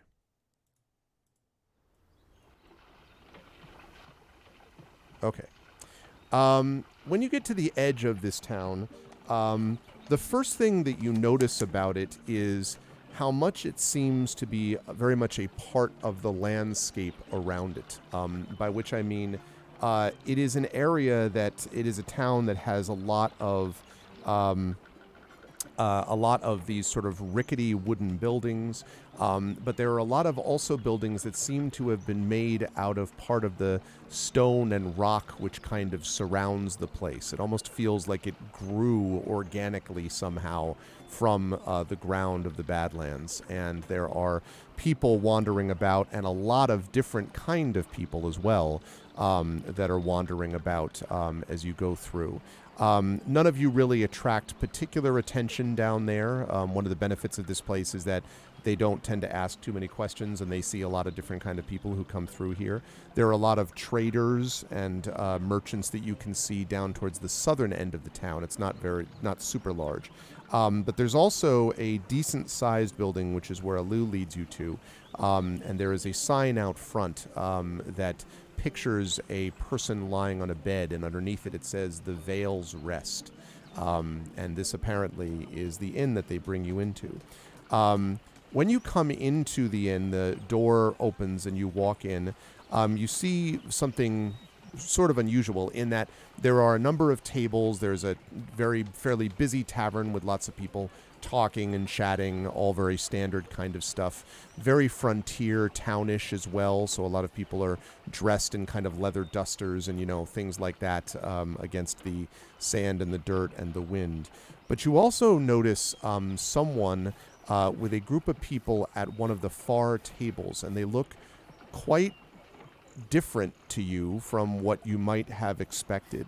And Alu sort of says, "Oh, I wouldn't have believed it." And she says, come. And she brings you over to this table.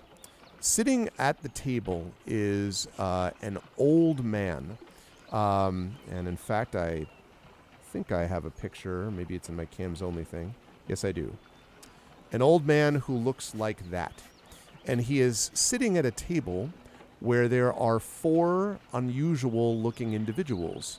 And you may know these individuals in a different life, so to speak, because the 4 different individuals are you. And while I'm on the subject, the 4 of you, Titus, Zariel, Dr. Draxus, and Dr. Winterfield, who are sitting here with Darmuth trying to figure out what your next move is going to be, are surprised to see these 4 people walk up, or I should say, really 4 people and 1 what you can only describe as a large floating creature with a bunch of eye stalks behind that floats up. And that gets more than a little bit of attention. That, not in particular, but there are a lot of people looking over at this table in general, because although this is a town that's used to people, maybe not this many unusual people. And so we have 2 groups here. So what we're going to do here for a little bit is that when it comes to it, players, you're going to be playing yourselves in both groups, and we will talk about this decision when it comes. So they pull over a table so that all of you can sit around, and now all 8 of you are looking at each other as Darmuth and Elu are here. And Elu introduces Darmuth as Darmuth, and Darmuth introduces Elu as Elu. And Darmuth says, "I hadn't really expected to see you down here. Shouldn't you be up in Camria?" And Elu kind of shakes her head and says, "There's a tale to tell about that, my friend. You haven't heard then what's going on?" "No," Darmuth says. "I've been a little out of the loop. I was," and he kind of glances at Zariel, Titus, Dr. Draxus, and Dr. Winterfield. "Occupied, you might say." And Elu says, "Occupied?" "Imprisoned, actually." And she says, "Imprisoned? What do you mean?" He says, "Well, first you need to tell me why you ended up coming off of that rock up there." And she says, "Well," and then they begin to explain the story. So Elu basically tells him everything that happened on Camria. Darmuth, in turn, tells her everything that happened when he was trapped by these Magitech strange creatures in the armor, and how he was assisted in his escape by these 4 here. And Elu, of course, says that she was assisted in her escape by these 4 there. And so all of the groups of them are looking at each other. And if you wish, any of the 8 of the characters can interact with any of the other characters, if you follow what I mean, if you wish to do that, because Elu and Dartmouth are basically talking about what happens next. So this is a chance for you folks to interact with each other if you wish. While team partners thinking, I actually just got back to my home setup, so I think I'm gonna rejoin on. Lovely. In a moment. Please do so. Okay. All right. All right. So Zach is going to rejoin, and then is going to be part of this setup. And yeah, Drew, it's true. So the pictures are messed up. Bear with us just a minute, chat. Didn't want to talk to herself with her two characters. No, I wish Toya could have been here for this, but was not to be. But we'll be back next month, and we know what her decision was. So just a moment. Zach's going to come back in and reveal himself. And I should say that while this is all happening again, there are a couple of, pints of some, for the spacefaring characters, strange kind of dark brownish liquid, which those from Cambria recognize as being a kind of sort of a mead of a kind, sort of a thick alcoholic beverage, which is sort of like mead, but which does the trick. It's not actually bad. It tastes a bit gritty. You wonder a little bit if there's a bit of, dust or sand in this of some kind, perhaps, but you get that as we go through. Okay. Zach is almost all the way back. Hey, there's Zach. All right. Welcome, Zach. Give me just a second whilst I fix that. Let me get rid of your awesome image that I was using that was super deluxe and impressive. Okay, so I was just saying, Zach, that you were all having like this thing which the spacefaring characters are not familiar with, but which the Cambrian characters know is a kind of sort of a thick alcoholic mead, basically, might be the best way to describe it. And there is a little bit of interest from the assembled tavern goers at the group of all of you sort of assembled talking to each other. Perhaps not as much as would be the case elsewhere in Cambria, but definitely here, there's even here, there's still a little bit of attention being paid. Okay, so there is Zach back in live fashion. Welcome back. Okay. So yeah, so the four of you can, if you wish, speak to each other, or not. It's up to you. But you can, the eight of you, I should say. We all do the Spider-Man point. Yeah, exactly. At each other. Beatrice is definitely not going to be engaging, because being what they are, they're always used to the sort of unusual looks that come their direction. I get a sense that this is the kind of place that would have even a little bit more sort of tension towards them, in large part because somebody actually might recognize them as a threat more than as a citizen or a person. Possibly. So I think Beatrice is going to be paying more attention to that than just about anything else, and being aware. And Titus, on the other hand, is just going to be enjoying this lovely brown liquor like substance, just kind of like reveling in the beauty of imbibing. It is delicious. I think Dr. Oh, and Kat, I know you're about to say something, but I think you're... No, go ahead. Dr. Draxus is fiddling with his sim unit, his setup that he uses for recording and to access the... I was about to say the Ethernet. That's not what it's called. The God, in the Silrain Arc, it's on the tip of my tongue. I'll find it in a moment. There's sort of there's dark web here, or the equivalent of it, the dark net. Dark net. I'll find it later. But okay. Regardless, is tinkering with his recording setup, and finally gets it back on with his recording unit, and starts recording, not live streaming. He hasn't tried that since being on the ship, and does a panoramic view of this tavern, and says, "Hello, we are here in what's this tavern called? What's this place?" Asking me or them? Anyone. Okay. I don't know. It's just the local place. We are here at the local place, eating and drinking the local food and drink. And Elu kind of looks up at you curiously, and she's like, what is that? This is my recording unit. It allows me to play back things.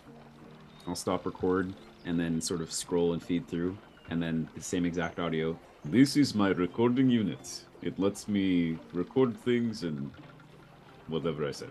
And she looks over at Darmuth, and she's like, some magic. And Darmuth says, I think it's different than magic, actually. I think all of these people are a little different. And you were going to say something, Bob? Or Zero. Well, Zerial, both Fob and Zerial are both keeping quiet and being very observant. And Zerial is trying to get a feel for sort of the power dynamics in the room and how information is getting passed. And Fob is basically looking for degrees of gullibility. Just sort of ranking each person in the room in terms of who would be the best person if Fob needed to con someone who would, and certainly this person with the camera, whatever that is, does seem ripe to buy some native souvenirs at some point. So Bob will just keep observing for now. Okay. And so as you're all sort of doing this, Elu kind of finally sort of lowers her voice a bit, and she says, all right, Darmuth, it's time you explained more of what's going on here. You said you were trapped, and then these four show up, and these four are not from Cambria, that's obvious. And Darmuth sort of nods, and he looks at the four spacefaring group, and he says, I can tell you that I would trust Elu with my life. And if there's anyone who understands what might be going on here at the root of this chaos that exists in our planet, it would be her. So, with your permission, I'd like to explain a little bit about who you are, as much as I understand it myself. And he kind of pauses. Zeriel will nod because this should be entertaining. Okay. Titus, I wonder if Dr. Winterfield, was Dr. Winterfield have a similar reaction? Yes, Dr. Winterfield is very curious to see how this is going to all be explained. Okay, yes. Sounds like her. What about you, Titus and Dr. Draxus? That is the same. Okay. So, assuming yeah, Draxus is okay with it as well. Yep, and Beauty is here too. Oh yeah, Beauty's here. But Darmuth was looking specifically at the spacefaring characters because those are the ones that he knew. To explain kind of our side of the Yeah. story. At least to explain where he found you. And he's not going to go into great detail about this. Trust me. He's basically just going to say, assuming you're okay with that, he says, according to what they've told me, they've landed, well, crashed really, in a ship. And Elu kind of blinks. Well, we did that. And he says, no. A ship from beyond the stars. These are from another world entirely, Elu. It's just like the ship that crashed those centuries ago. And she kind of sort of sits back a little bit and says, These are like the ones that must have come that you told me about from those times. And Darmuth nods and says, I would think so. They said they were following a signal, a beacon, and, well, they've come. And Elu kind of looks at the four fantasy of characters and says, I think we may have, well, you may or may not have heard of these rumors of the ship that crashed. And I think I told you that you may have heard something of this, depending on your backgrounds before. And she says, I had doubted myself that such a story might be real, but, well, we are brought then together under the strangest circumstances. Are these linked somehow? And Darmuth sort of shrugs. When you describe, actually, I mean, I guess what she would ask then is she would say, you said there was a signal. When did you sense the signal? When did you come here to find it? And I would tell the spacefaring characters that would be about 6 months ago, roughly speaking, is when this was first detected, way back at the, by your contacts and so on. And so, if assuming you tell her the 6 months, she says, but that's about the time when the Aothians first arrived in Camria, 6 months ago. And Darmuth kind of, I have found that there are very few times that there is a coincidence. It is quite possible that that's the case. And the source behind what caused your ship to crash, he says to the space characters, may have been the same, or at least related to the one that caused that ship to crash hundreds of years ago. Something has brought them together. This armor, Elu, the ones that the ones had that were captured me. Yeah, Magitech is one thing, but this is something else. I haven't seen technology like this. And Elu sort of is very quiet, and she says, I have, when the Aothians showed up. And they just sort of both sit back and sort of stare at each other silently. Titus is going to speak up. Yeah. Okay. And look the old man in the eyes and say, what is this about these Aothians and a ship? How long ago? Like, what are we talking about in respect to time? And he nods and he says, it was several hundred years ago that another ship crashed into this planet. That was the time when the nations were split and the Thalassian Empire was destroyed. And what was left behind were these different countries that you have seen. One of them were the places that Elo here and her companions came from, Camria. They come from different parts of the world, but Camria is where they were going. Part of a celebration. I remembered having heard about it before I was captured. It was to celebrate peace and to celebrate the founding of Camria, the city in the sky. When that ship crashed, it changed everything. And technology, we have discovered, along with magic, has been harvested from areas nearby it and around it ever since. Still, there are many, such as myself, who have found that there are other things that have never been discovered, things below the surface. Why did it come here in the first place? And would there be others? You are proof that there are others in the void, and that those others can find us just as this ship did. What that connection has to do with the Aothians, though, I don't know. So before I ask my next question, I have a quick sort of like trying to assess something here based on what he's saying. Okay. Did we, when we entered the system where the signal was emanating from, like before we actually reached the planet, Right. did we do any of those sort of like, what does local time look like? What is a local rotation? Like what's a year, like for the local pop, on the planet versus what standard galactic time is in the Sylvan Arc? This is, of course, only accessible through a particular kind of, as you may remember, like travel here was a little unusual. But that said, it Right. is technically still part of the Silrain arc. So as far as you can tell, this has a similar. You obviously what they divide their year into and how they do it, you don't know. But as far as the basics, this does seem to have a similar solar cycle, and thus would be part of a similar Okay. galactic timeline, you think, to what you've experienced, to what you would know in the Silrain arc, from what you can tell. Okay. So then Titus is going to look back and say,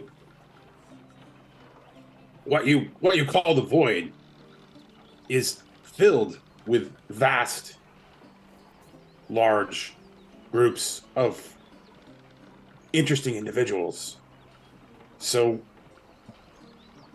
that's not enough for us to understand what's going on here. There are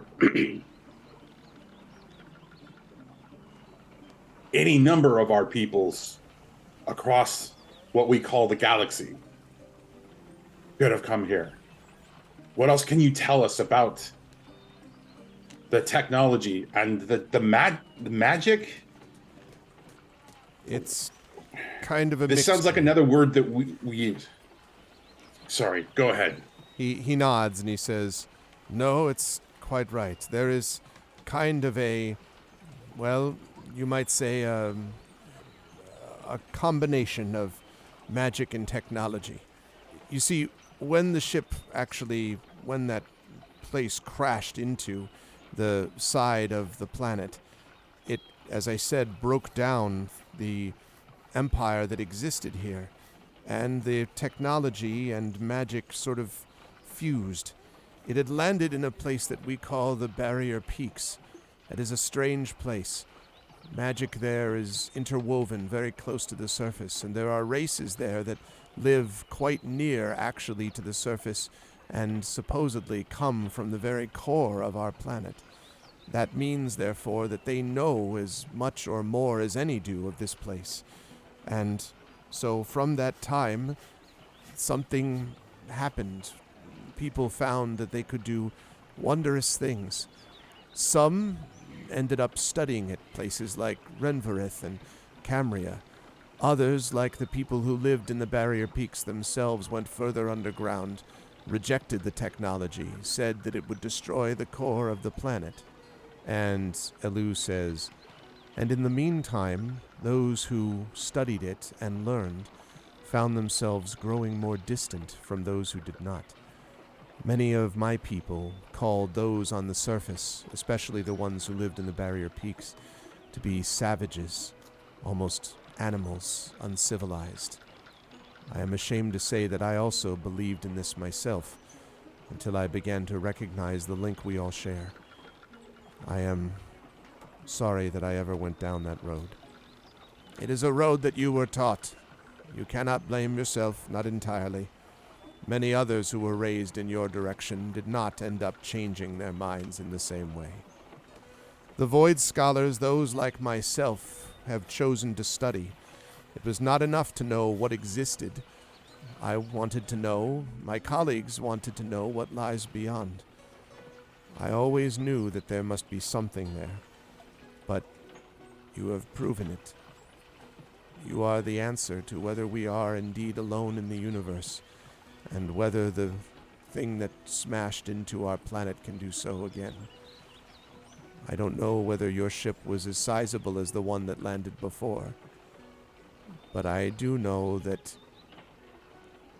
based on what that ship did, your arrival will have profound effects. And Elu says, and profound effects that could be dangerous. The Iothians already believe that their rule is under threat, thanks to, well, my friends here, and she indicates the fantasy characters. And she says, but if they learn that you have come from the stars beyond, if that information were to get out, it would shake the pillars of power to their foundation. If they find out, they will send the Aothians, and they will kill you. And Dartmouth kind of just nods slowly in a silence. Doctor will kind of a bit more aware of surveillance than the average person, Mm-hmm. kind of ironically, will lower his camera and just kind of look around this tavern inn and see if this conversation really is being had in private. It seems to be. There is enough sort of discussion and chat going on right now that they're not sort of, people do not seem to be directly focused on you, although there have definitely been, the innkeeper has come by and dropped off the mead and a couple times, but people seem to be staying away from your two tables at the back. And the tavern is not packed full. There are people in it, but since it is during the daytime, it's not absolutely slammed full with people. So maybe that helps. It is possible, though, that people could be eavesdropping without you noticing because it's not like it's an enormous room with like tons of space. So Right. Acknowledging that, Beatrice would like to roll a perception check okay, because that's what they're doing right now. okay, So let's have you do that then. noticing also, paying attention also to what Dr. Draxus just did, sort of like enhancing that sort of like suspicion, Okay, I guess I'd say. okay. All right, 1 second. Where's the perception? Oh, there it is. No, not performance. I'm sorry, not performance. Let's not take that at all. Performance like, hello, my baby, hello, my honey. Except from Spaceballs. Yeah. How That's about 9? nature? What? No. The beyond thing is not working correctly. Give me 1 second. I apologize. It's still about the same. It's still funny though. It's still about the same. The gods were like, no, still no. I would say the same thing, Beatrice. You don't get any impression that anyone is looking particularly in your direction as you sort of try to float unobtrusively. But definitely a group of characters that different as the group that's sitting around these two tables, would attract some notice. And, but you don't see anyone in particular kind of staring you down. Okay. Beauty Yeah, go ahead, will Beauty. take this moment to ask, so all this stuff about these people hunting us aside, I mean, all of you, and she'll look at the sci-fi characters, weren't here to see what happened up there. And it's almost like the city's being run by cultists now. How do we stop that? And she asked the two authority figures here. And Elu kind of nods and looks grim, and she says, "It's true. And if they have managed to extend their influence to go after you, Dartmouth, that means, first, that their influence extends beyond Cambria. Maybe all of Thalos is affected. Secondly, it means that they may be targeting people with direct connection to the nation's nobility or with knowledge of how the cult operates. In other words, they're searching, and they won't stop. The Primarch must be found, and we must stop him. My brother warned me that things had gotten worse, but I didn't believe him."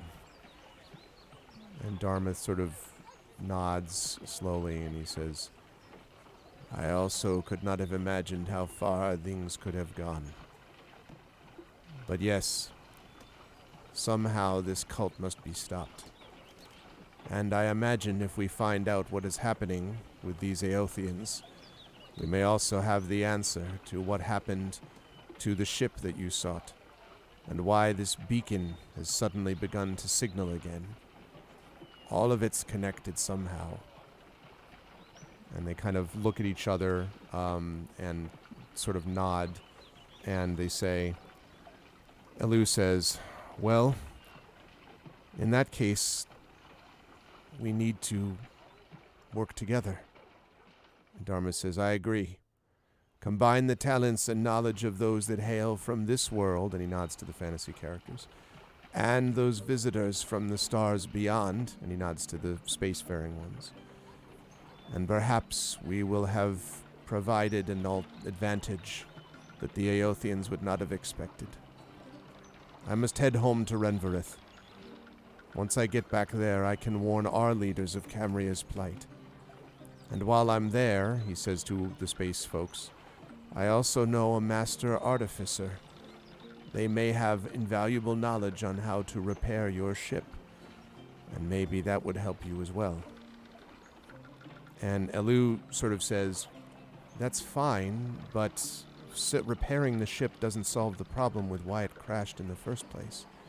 It sounded like it just stopped working. Isn't that what you said? She kind of says generally to the space characters.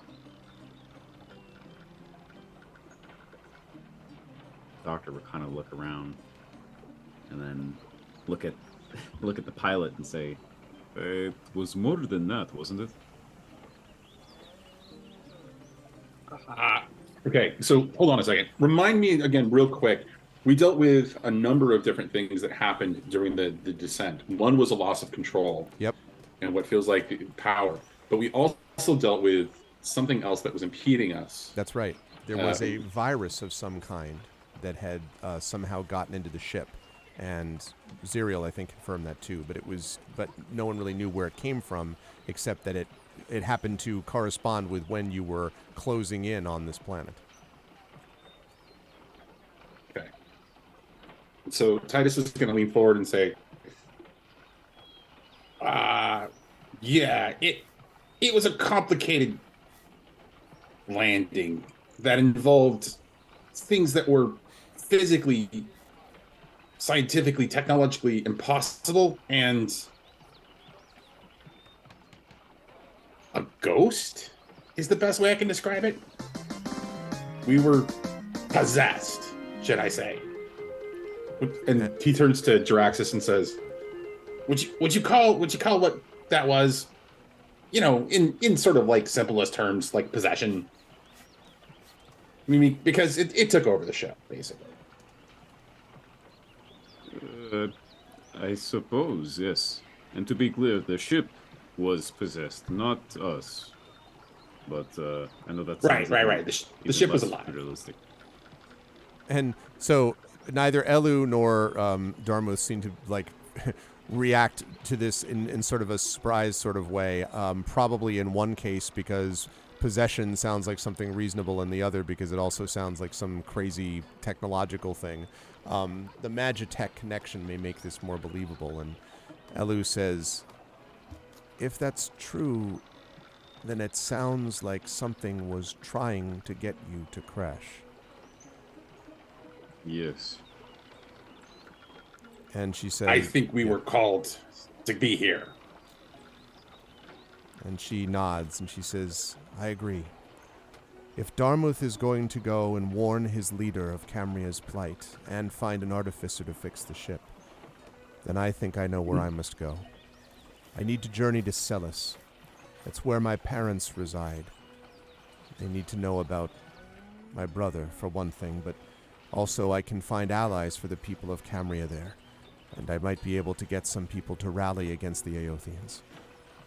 And if you can escort me there, I can do more. Because I can help you, she sort of nods at the space characters, get access to secret tunnels. There are tunnels from Celis to the ruins of the ship, the first one that crashed here hundreds of years ago in the barriers. In those ruins, maybe you'll find answers to what you came here to look for. And so Darmuth kind of widens his eyes a little bit. And so, one group heads with me, the other with Elu. But if you would take my advice, I think it will be a combination that we need. Some of you, those of you with knowledge of the worlds beyond, coming with some of you who are from here originally. And Elu nods and says, yes. Both groups will have valuable things to do, but not all of us can go with one or the other. At this point, mechanically, I will tell the players that the person that we will be following for much of the adventure, although as I told the players, chat, there may be a possibility that there will be a reunion with the other characters not chosen later on. But the ones that are not chosen for now will be going with Darmuth. The people who are chosen will be accompanying Elu. And that is where we will have our camera focused. And so my question is now for the players. Whom shall you choose? Who are we going to follow? So I'll start with... Sure, Johnny. I have a quick question first. So she was saying that that's this place where her parents are, and she's going to go get help, and there are tunnels, there are secret tunnels. Celis is what you called it? Is Correct. It on the map? Yes. Let me find it. Is it at the Celis Spire? It is in that vicinity, yes. It's not the Celis Spire. It's near that general vicinity. So let me zoom in to get there. Also, thank you for the follow, Lyshote. Welcome.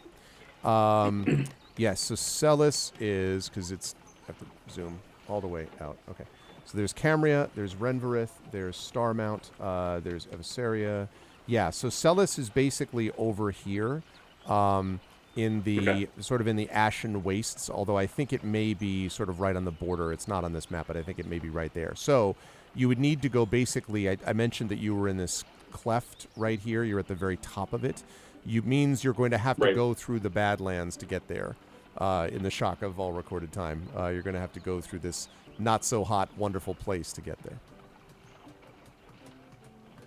So I will. Whoever wants to go first can let us know who you have chosen. I'm sure the chat is very curious to find out. Can we let chat vote? No, I mean, well, no, I guess technically, but I don't think so. I think you have to decide. No, vote on the order. Oh, vote on the order. Okay. Yeah, I'll just ask chat. Who do you want to say first? Do you want to hear who Toya chose? Do you want to know who Johnny, Kat, or Zach chose? Who do you want to know first as to what character they've chosen? What's it going to be? Let's chat. Who would you like to hear from? You'll hear from all of them. Who would you like to hear from first? Waiting on pins and needles, I know. Hilness wants to hear in the following order. 1, 2, 3, 4. Toya first because she's not here. Toya. Okay. Fair enough. Yeah, that's a good idea. Okay, so I will mention that Toya has chosen Nals as the character. So Toya is going to go with Nals Darkly, the human bard. I will say that because of the Dream Shaper adept thing, Dr. Winterfield may or may not be able to be in somewhat closer contact with the party. I'll talk that over with Toya, but at least the main kind of on-screen character that you'll see will be Nals. And so Nals is going to be the choice for Toya. Okay, who next, chat? Johnny, Kat, or Zach? Who do you want to go next? You wanted to hear more Nals, even though both are great? Yeah. I like Nals. There we go. Prince Justin says Johnny. Wispy says Kat. Anyone else? Now someone say Zach, and then we'll be back where we started. Yeah, exactly. Then. Well, no, go Johnny first. Okay, well, then me. Then we'll go do Zach. Fair enough. All right, Johnny. All right, Johnny. What is your decision? Oh yeah, and also I should let you know, chat. I've heard there's a version 2.0 of this puppet coming after we make this decision. Who's it going to be?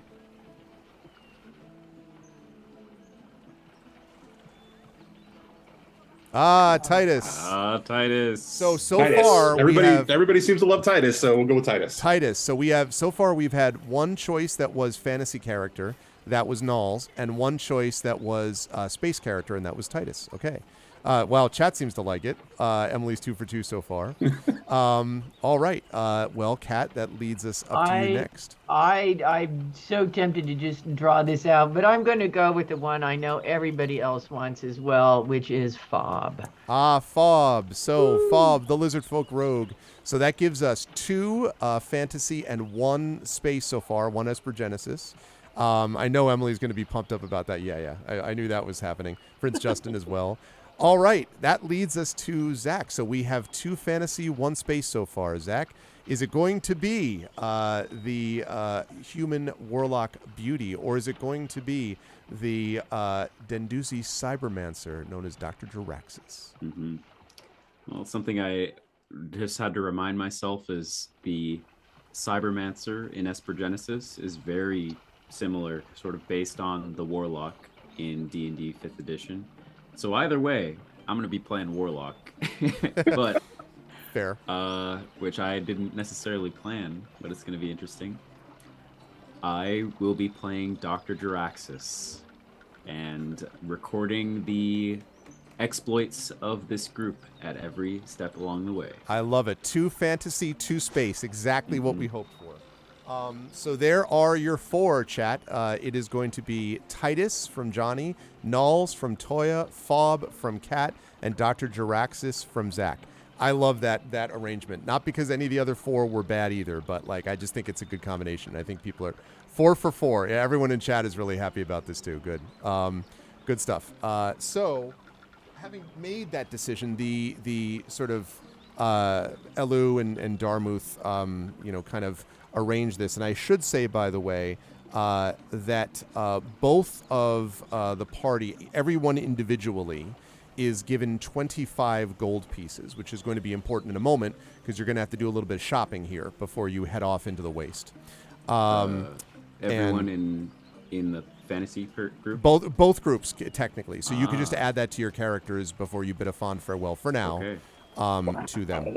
Should we... Oh, this is interesting.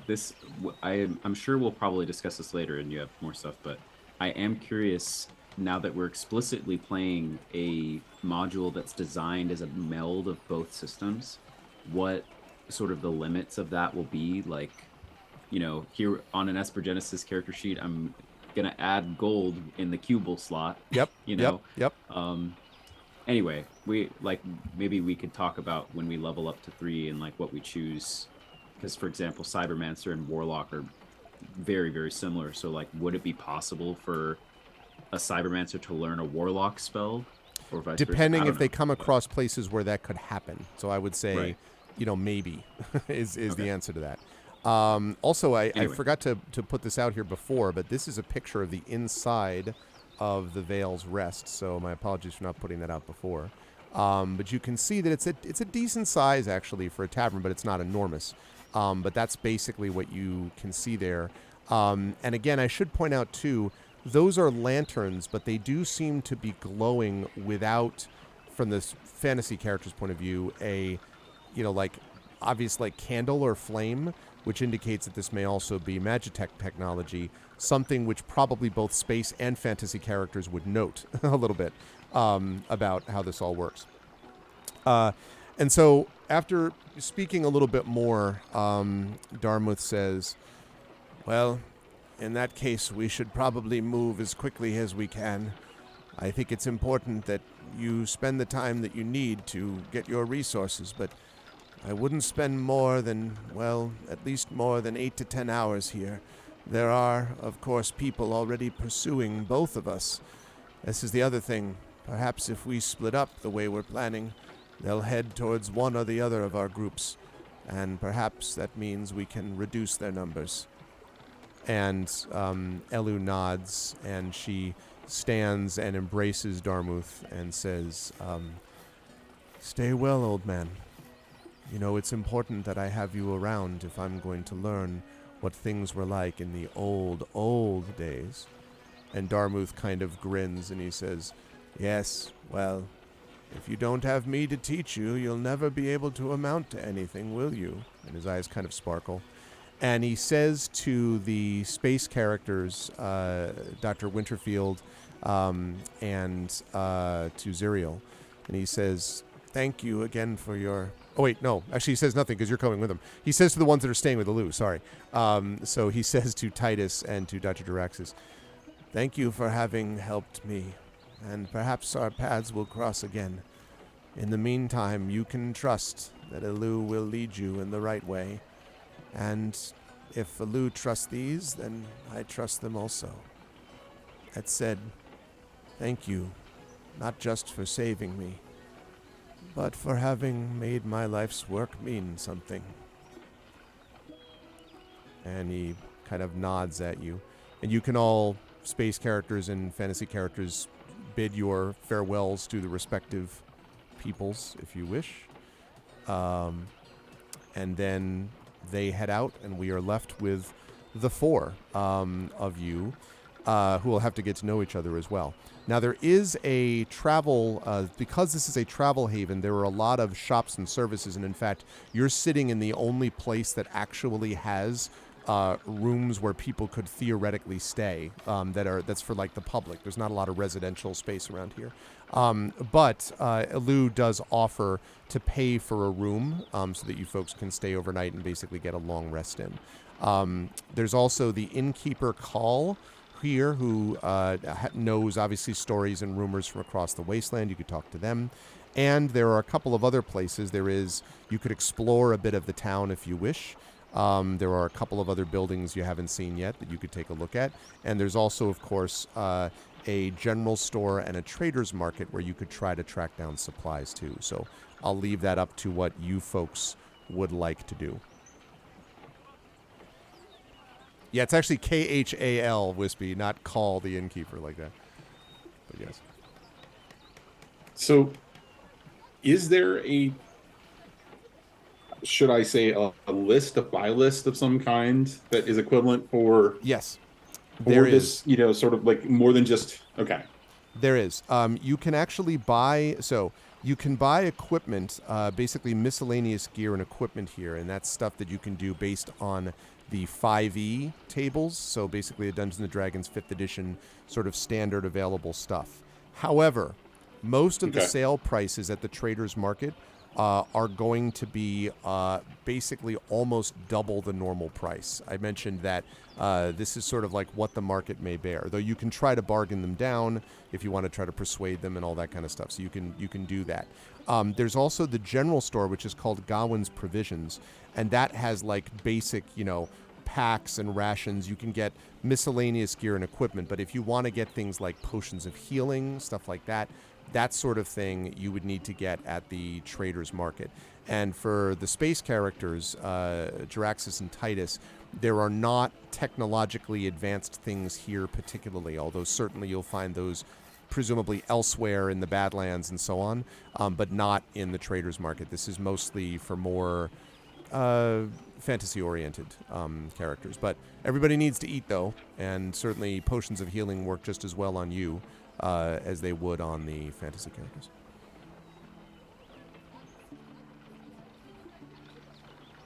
All right, I'm gonna take a look-see in equipment. We go on a little shopping trip. Okay. You go into Gawain's Provisions or the Trader's Market? So the Trader's Market is the one that you said would be twice as expensive. Right, but they have the somewhat rarer stuff, like potions of healing and things like that. Oh. We only have 25 gold? Yeah. Per person, though. So pool for something. Yep. And then the basic stuff you could get at the general store, which is Gawain's Provisions. Yeah, I suppose maybe we should take a look at what's cool before we spend our gold on normal stuff. Okay. So go to the Trader's Market and just see what the really expensive stuff is. Okay. Other than potions. You can definitely do that. I should say also there are a lot of people here from all kinds of lands, the Veiled Realms, the Wastelands. So you could also chat up some people here for rumors and things like that too, if you wished. Like there's a lot of that kind of feel to the place. All right. And as far as the stuff that's available here, there are some basic magical items here. You think that there are basically you can get a hold of some a lot of consumables like antidotes, stuff that might be sort of buff potions of various types. I mentioned the potions of healing, things like that. You think there may also be a couple of what would sort of classify as magical weapons and armor, but they are exorbitant in the extreme in terms of cost, like way beyond what you would be able to afford. Maybe Jaraxxus, unless you want to start selling your camera and stuff, but like other than that, these things are way, way too expensive for that. But other things like potions and consumables that are of a more magical nature, that seems more likely. So I have a question that I probably think is going to create an off-camera or an off-stream conversation. Okay. But the majority of Titus's essentially tool set or whatever, right? As an engineer, the primary resource that Titus works with is Sorium, Right. and we don't have a source of Sorium here. No, but you'll be happy to So- know that the barrier peaks themselves, and in fact the place where the ship crashed, is quite rich with many elements, including presumably Sorium. So while it may not be found here, it's pretty likely that there's going to be raw material of Sorium that you could find in different spots around Thalos and perhaps even in the Badlands. Now, how you So the now you planet find out is a where that is, crucible, I don't then? know. Yeah. Say again. The planet's a crucible then. It's not clear that that's the case. It may be more that it could be, but it's also possible that where the ship landed, I mentioned that everyone seems to say that the ship fused somehow with the crystalline structure of the barrier peaks. And so it's almost Okay. more like it may have formed. I mean, this is all very much speculation, by the way. I'm not giving you any absolutes here, other than to say that it could have formed strange materials that would function like Sorium almost, or might be Sorium of a different kind. So, yeah. But clearly, like a So lot of the rather stuff than- that you've seen here is stuff that Sorium would normally power out in the Silrain Arc. But here, like these lanterns, it's being powered by something else. And, you know, these people can talk about it being magic, but Darmuth didn't seem to think it was just magic. It's this thing he keeps talking about as Magitech, which you've never heard of before. That seems to be unique to this planet, and it didn't exist before the crash of this ship 300 years ago. So, other than a basic shopping trip for supplies and rations or whatever, Mhm. Titus is going to spend his time trying to discover somebody who can give him more information about Magitech, finding an expert, whether it's an artificer, ironic because, you know, Beatrice was an artificer and they just left. I could have told you everything about. Damn it! No, But so yeah, that's what Titus is going to spend his time doing is looking for an artificer or somebody to explain what they understand about Magitech to him, because what he realizes immediately is that without a source of Sorium, his rig and everything that he is capable of doing is not going to be possible. okay. So, I mean, story is, you know, story wise, we can, or like technically we can, you know, hand wave all that stuff. But from a story perspective, this is something that Titus is really going to be concerned about. Yeah. And he's going to mention it to Dr. Jaraxxus that he has concerns about their ability to be able to do anything, given that, you know, we don't know how this Magitech works and our tool set is limited in its resource, Yeah. essentially. I think that's something also which you'll be able to role play out as well. In the short term, what I'll say, though, is I would like you to make a persuasion check for me, please, Titus. And then I'm going to come to ask what Fob is going to do. But just make a persuasion check for me as you're talking to some of the locals, you know, around that area. Give me 1 second and I will roll that for you.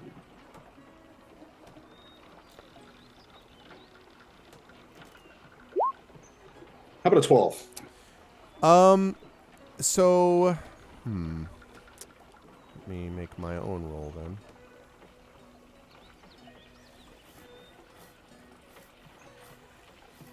Okay. So you find one person in particular, and also I should ask Titus, how open are you being about, like, hi, I'm from another world and I'm you know, new to this planet? Like, how like open are you being or not? I'm just curious. It's going to be obvious given what Titus is wearing and how, you know, what Titus is. I mean, I can I'm get gonna you assume cloaks pretty even in quickly the- if you want, just so you know. Well, I'm going to assume pretty quickly that Titus is the only Zach that's ever been seen on the planet. Probably, yeah. You Given do get us a what- couple of strange looks, yes.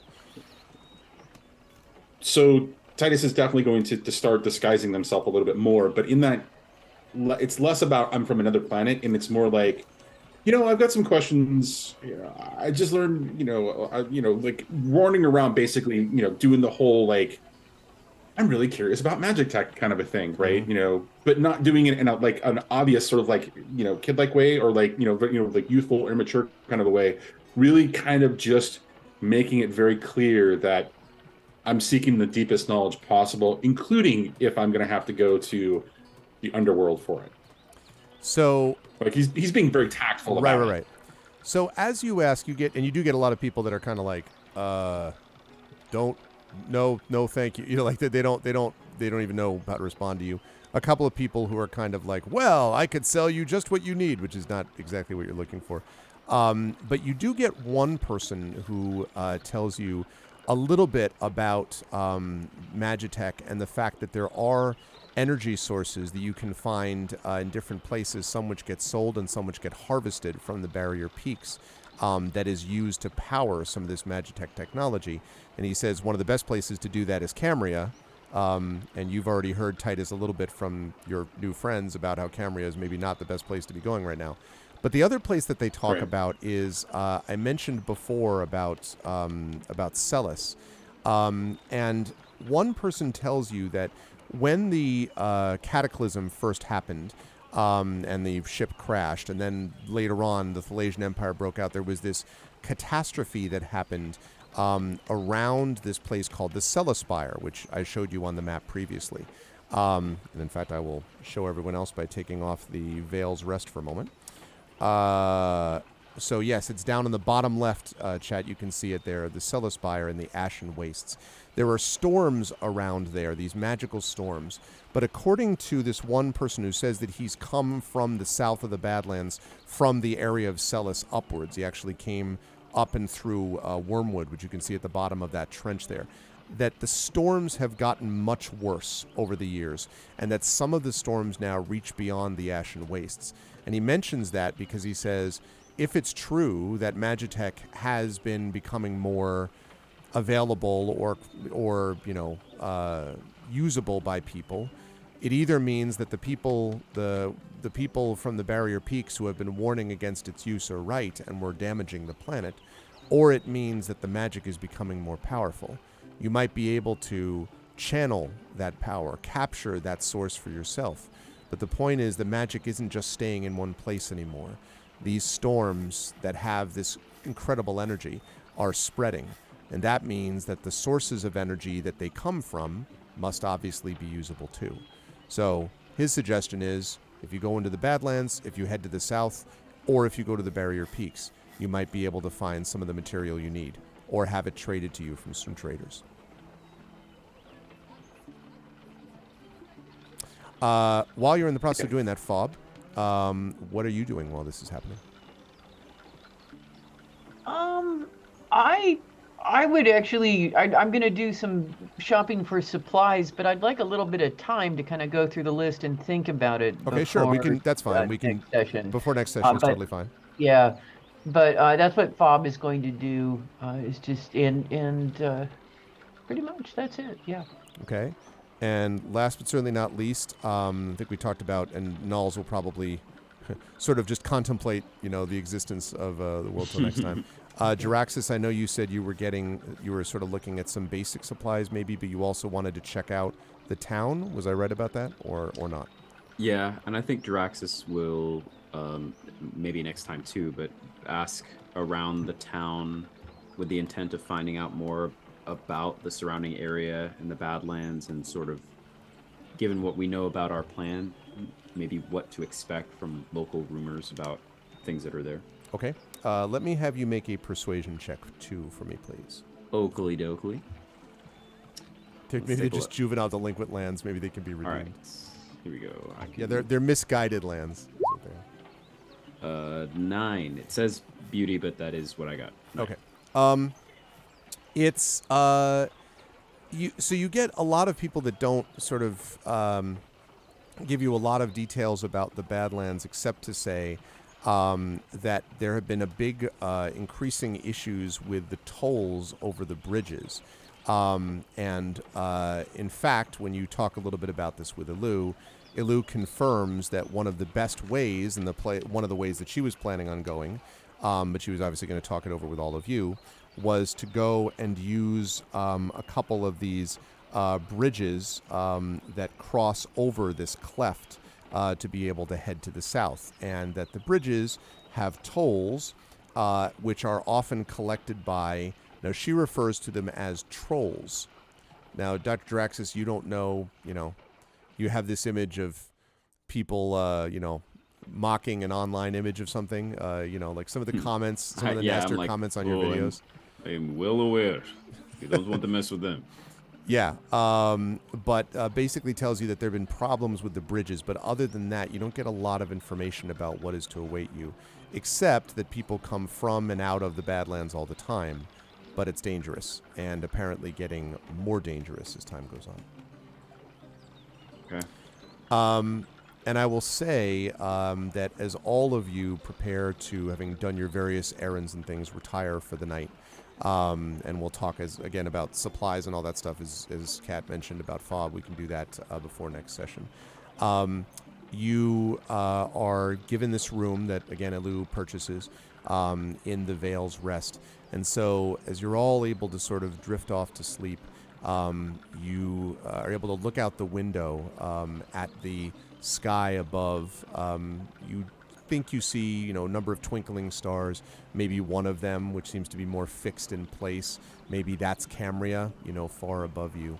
But there is a moment where you're all looking up and where several of you are looking up at the same time, and you can see the stars suddenly blotted out by a low shadow that is heading over the top. It is a shadow with long wings and a tail, and it flies overhead, and you think maybe you hear a very distant roar. And that, with our players having made their choice, is where we're going to bring our session to a close. And I am super excited because now you get to go in the Badlands with the awesome new characters of all the groups. It's going to be great. I cannot wait to see Titus and Nulls and Fob and Dr. Jaraxis. Like, what an awesome combo crew that we have there. And I know that wasn't super easy for everyone to decide because you like the different characters that you made, but I think you've come with a good choice in the end. I will start with the gentleman on the bottom right and then work his way around. Zach, thank you first of all for making the effort to call in and then actually join us in person, so to speak. So thank you. That was awesome. I'm really interested to see. First of all, you got a chance to get in some moves from Beauty, who took it on the chin there, but managed to survive. I almost thought that we were going to have our problem solved. No choice to make. Beauty's just gone. But you did make it down there alive, and then chose Dr. Jaraxis. And I guess my question for you would be, how did you feel about the session, as I usually ask, and where will the people find you next? But also, what drove you to choose Dr. Jaraxis in the end? Like, what was the sort of pivot point for you about that? Yeah. Tonight was great for even coming in a bit late, fighting off some drones. There was a moment there where, God, 3/4 of us were unconscious. Yep. That was crazy. Yep. But hey, that's the luck of the dice. So yeah, we made it out. I'm excited to see how this all rolls along, and I'm very excited to see the duality of D&D and Esper Genesis together. And I chose Dr. Jaraxis because, there's several reasons. I think having the even split of sci-fi and fantasy characters is nice, but I think personally I'm interested to see, the last character I played being Kaz, full combat, his class, his background, what he does was combat based. And although Jaraxis can fight, his whole thing is just being like Bill Nye the Science Guy. And so it's like, I don't know. I think it's going to be interesting being a bit more on the intellect side of things with that character like that, and figuring out interesting ways to make things work, and some sort of end game revolving around a recording unit and the Simverse or whatever it's called. Right. So that'll be interesting. And the fine people will find me here for this again when we play next month. And then also for our vocalist, of course, where we have our new cast. Yes. When we're able to meet. Yeah, and we will have all three next time. Yeah. We should have all the people back. So. Yep.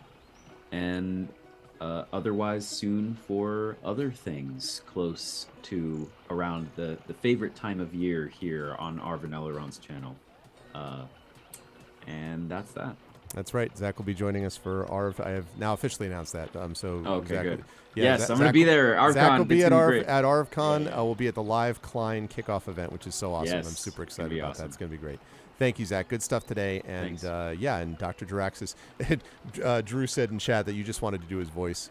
And that's You're not wrong. That's fair enough. He just wants to actually try out being an influencer so that he can, bring all these things together. Exactly. And, See, you got 2 more reasons you've identified successfully. Good stuff. Thank you, Zach. Always a pleasure. Kat, good stuff today as well. Obviously, some good moments combat-wise from Fob, getting us started with the dagger, and then hiding, and then there were also a couple of misses, but and then you also got to Jaeger, Nulls as well throughout the night. So good work there. And yeah, same question. How'd you feel about today? Where will the folks find you next? Anything particular you want to highlight? And any reason for Fob over Zerial in today's session? Well, it was a fun game, as always. I thought I would show chat. I do have, if I can make it show up, it's not showing up, the cover Devil's of the Gun, next yep. book. Devil's Gun. Ooh. I'm sorry, it's just tempting to you. Well, okay. Well, that was tantalizing. Oh, you'll have to pre-order the book. Man. I also want to say that the Rambo Academy for Wayward Writers has a very cool announcement coming out in the next week or so. So Nice. stay tuned for that. And why did I pick Fob? I liked it, like Zach. It turned out I had picked out 2 characters that were basically the same thing. One, the D&D version, and the other Esper Genesis. And I like Fob. I like the lizard folk. I think Fob has a lot of potential. Zerial is pretty sharp, but kind of cool. But I like Fob. He or she or they has some interesting places to go, I think. Yeah, and I, also we got to see Fob bite a metal orb today, so there was also that. I mean, so. First of many. And that's true. One thing we're gonna have to make sure that you get, Kat. We'll have to remember to get those daggers restocked. Yes. When you're here because those things are not to be found again. I have this image that, like in a spin-off series, the knife that you threw that missed actually hit some poor kid like climbing the mountain or something, and it and it starts this whole search for who took out my kid from this guy. Not Billy. Anyway, but thank you, Kat. Good work tonight. Thank you for Jaegering Toya's character. While we're on the subject of Toya, Toya will be back with us next month, having chosen Nulls. And I happen to be a big fan of the way that Toya plays Nulls. I happen to be a big fan of both of those characters, but I just think that Nulls is a lot of fun. So I think combining that with, I have this image of like Titus and Nulls conversations, and I think I can imagine those going in very interesting ways. So it's going to be fun to see. But you should check out all of Toya's work, and Toya will be back with us, of course, next month for our sessions when she takes over her character of Nulls Darkly. Moving right along to Johnny, last but certainly not least. Johnny, good stuff today out of both Beatrice and out of course, Titus. And, again, I think it was interesting to me to see, because when we first started, I kind of thought that Beatrice was going to be the sort of standout, most unusual character.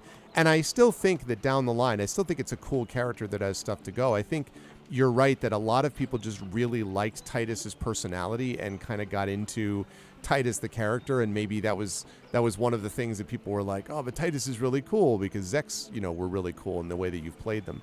But either one would have been viable. So again, I would ask, how'd you feel about today's session? Where will the fine folks find you next? And why, I know it was not an easy decision, but why in the end Titus over Beatrice? Session was great. Had a lot of fun. Very, very interesting choices that we all made. I think that's actually that conversation prior to, and then even just as we're playing, thinking about how those choices were playing out with the characters that we were playing in today's session. Mm-hmm. It all makes sense. I agree with you both, Kat and Zach, about the similarity between the two characters. I feel like with an artificer and a engineer from Esper Genesis, they're pretty much the same characters as well. There are a little bit more nuances going on, I think, on the artificer side, just because they're crazy cool. But yeah, they're basically the same. And so really, it came down to experience. Like the experience of playing Titus lasted so much longer than playing Beatrice. I don't feel like Beatrice really got a moment Yeah. where they really developed. So it totally made sense. That doesn't mean that the character is going to go away, or even the idea is going to go away. It's just that Titus was more fully developed. And also, Titus is a lot different than Aramis. True. Titus almost is like a bit of a mother figure in some ways, and the rapport between Jaraxxus and Titus is going to be really fun, especially as he continues to pay attention to the way that Jaraxxus is just recording everything. I'm waiting for the TikTok drop of Jaraxxus just doing his thing. So. Where will the fine folks find me next? Here in front of the camera will probably be my next appearance. I will be behind the scenes running as a stream producer for Big Bad Con next weekend. Nice. If you guys don't know, Big Bad Con is a small con run by a bunch of people on the West Coast. The guy behind it is Sean Nittner, who runs parts of Evil Hat. If anybody's familiar with Evil Hat as a game company. Evil Hat sponsored and they're one going of the for 24 hours. things that we do on this channel. So yeah. Yeah, so Evil Hat's great. Big Bad is a great little event. There's a bunch of really interesting panels happening for about 24 hours, and I will be on the back end running some of the production of it. So that'll be the next time I'm involved in something online for the foreseeable future. And then I'll see you guys next month whenever we actually figure out we're playing. So that's it for me. That's going to be awesome. And I'm going to tell these people because I'm extremely excited that I have just checked the score. The Yukon Huskies are leading 80-47. Let's freaking go. So I'm giving each of these players a free inspiration starting the session next month because I get to do that. Let's go Huskies. All right. I am very excited about that. I heard everything that everybody said, but I saw that score pop on my phone and I'm like, inspirations for all my peoples. I'll take it. You'll get one free inspiration, it. and if I don't remember that next month, it's fine. You can be like, remember when I said that? This will go over, and because I get to do that. I'm straight up just, thank the Huskies for destroying Gonzaga. It's awesome. Anyway, so I am excited to see that. I certainly know Big Bad Con, which I've talked to a number of people have talked about, so it's going to be great. Yeah, that's awesome. You'll be running production on that, Johnny. And thank you, everybody. Seriously, players, I'm very excited that we got back in the wagon now because so far the campaign's been really awesome to be a part of, but it just picks up even further from here because now we have everyone combined together. And I should say as one last point for chat, that now that these players have known what they are going to do, they are now going to be connected with our wonderful character artist, Hannah, who has done character art most recently for Rowan Shallow in my Eberron game, and has done the stuff for my D&D with GOG, is a wonderful character artist, and is going to be getting together based on the direction of each of these four individuals to do their main characters, and those are going to be added into the mix. So those of you who have been cheering tonight to get those to the players and or people who support my Patreon, you are the ones who make it possible for us to do this because I'm going to pay for that character art through the Patreon. So that is, and subscription. So thank you for doing that, and you're going to get those character art. It's going to be awesome. So I'm super excited about it, and I want to thank Alligator Alley for making that possible as well. With that said, thank you so much to my players. Chat, can we get some love for the amazing crew of Expedition from the Mysterious Peaks? Thank you to Johnny Pittman. Thank you to Toya, Kristen Finley, who you'll see next month. Thank you to Cat Rambo and to Zach Clay. Wonderful stuff, players. I'm happy that we've saddled up and we're together with our new characters, with our old new characters, you know what I mean. And I will see you folks next month. And Hillness is suddenly cheered. Holy crap, Hillness. Oh my God. Hillness coming through with a 1600. Thank you, Hillness. Wow. Thank you so much. Thank you, Hillness. That brings us up to 19. That's super generous. Thank you. Holy crap. Thank you, Hillness, very, very much. I appreciate that very much, and I hope you enjoyed this as much as I did. So, can we get some love for the players? Thank you so much, players, and good work. I will see you folks next month. Bye for now. Bye, y'all. Bye. Okay. So there we go. That was awesome, boy. What a great night. Not only is UConn after the women, and sadly the women lost, which is unfortunate, but the men are obliterating the freaking. They are in the Final Four for the first time since 2014, and that's awesome news, everybody. I know you don't understand why, but it is. It's awesome news. But no, much more importantly, of course, is the fact that the game tonight was great. I was really happy to get back in the wagon with this. I felt bad that we had been off for so long, just because of a variety of factors. But, it was great to get back tonight. I'm sorry Toya couldn't be with us, but she will be back with us, of course, next month when we will have 2 sessions. Yeah, you know what? It's true, Prince Justin. For the first time ever in the NCAA tournament, there are no number 1 seeds in the tournament left. And did you know the only team left in the tournament that has ever won a national title, and they've won 3 actually, is UConn. They're the only team left. None of the other teams have ever won a national title, which is wild. So anyway, very, very cool. So anyway, I can't math. What do you mean I can't math? Oh, I have 1,500 because what are they? 1, 2, 3, 4. Oh, okay. Sorry. 1810, not 1910. Yes, my bad. Sorry. 1810. So anyway, but yes, so very exciting. I'm we'll see. I need to see who UConn's playing, but no one is playing better in the tournament than they are, honestly, and their obliteration of Gonzaga is really impressive. Like, I didn't expect the first half was close, but they outscored them like 40-18 in the second half, like just absolute domination, which is wild. So who knows? They have a good shot. Listen, I went back to the campus I took my family there last week because we watched the UConn women play before. Sadly, they lost today, but we watched them play last weekend. And I got a chance to go to my old haunts. And, I don't talk too much about it, really, but UConn was a good place for me, the University of Connecticut. I had kind of a pretty poor high school average. I had like a B- average in high school. I had good SAT scores, but I kind of messed around in high school and I was lousy in math and science, particularly science. And UConn came to me at a time when I needed it, really. It was a place that I applied to originally for music. I didn't get in there because I was playing trumpet. The joke was if I was breathing and I played bassoon, they would have taken me immediately. But there were a lot of trumpets who applied my year, so I didn't get there. So instead, I ended up going in for English instead, and I ended up getting my degree in English education. And I student taught in high school, which was super useful for my teaching experience.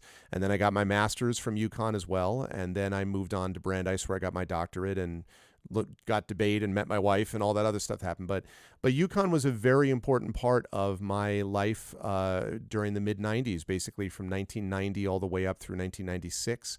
And it's a good place. It's a good school. And I've always felt proud of the fact that it was a state school and it was a public state school, but I think I did pretty well for myself. So I was very, very pleased that we were able to get, I was very pleased that UConn has gotten some attention. And I am fully aware of the disconnect sometimes between the amount of money academics gets versus what athletics gets. I totally get that. It is out of whack. I totally agree. That said, there is something nice about having a sense of school spirit and having a sense of being connected in some way. And I love my home state of Connecticut. I think Connecticut's a very good place in a lot of ways. And it's nice to be back here when UConn is doing well and to sort of feel that connection that I had when I was back at that time too. So so good for UConn is basically what I'm saying. I was there before it became a basketball power. And so good for them that they've made, and they have a big human rights center at UConn. They have a very good education program there. They have a big agriculture program that's very successful at UConn. So it's a successful school. And so, yeah, I wanted to mention that, good for them. I don't know why I got off on that discussion when I was talking about the wonderful players. Expedition is going great places. I'm very excited for what's going to happen next. And you will hear more about that from us next month, but not today, because right now we are going to be coming to a close. Now, tomorrow, yeah, I hear that, Emily. Yeah, I hear that for sure. And I know that it's often a fraught experience, so I never want to be like, the best days of anyone's life is, not necessarily. But for me, where my high school experience was very meh, college was better. And definitely, especially later in college, especially my senior year when I discovered debate, and that changed everything. Like I showed my kids. We were driving past the dorms, which had been torn down and then rebuilt. South Campus, which is where I was my senior year. And I was showing them that, and I was like, and it's a good thing that I came here, because it was while I was here that I met a friend of mine that I had known back in the UConn Hartford days. For the first 2 years of college, I stayed at home to save money, and I went to the local branch of UConn, which is the University of Connecticut at Hartford, which is now in downtown Hartford. It's a totally different place. Anyway, I went there, and then I went to Storrs for my junior and senior year. So my senior year, I went to South Campus, which was it was a lot of fun. It was a much better dorm experience than my junior year, which was not good. My senior year was great, and I met a bunch of people there, including this friend of mine from UConn Hartford, who was like, I think you would like debate, and you should get involved in the debate team here at UConn. And that changed my life. I became the most successful debater in the history of the state, in the history of that system. And I met my wife there. I met my wife through debate. And so the reason my kids exist is because of that. Probably the reason that I'm teaching.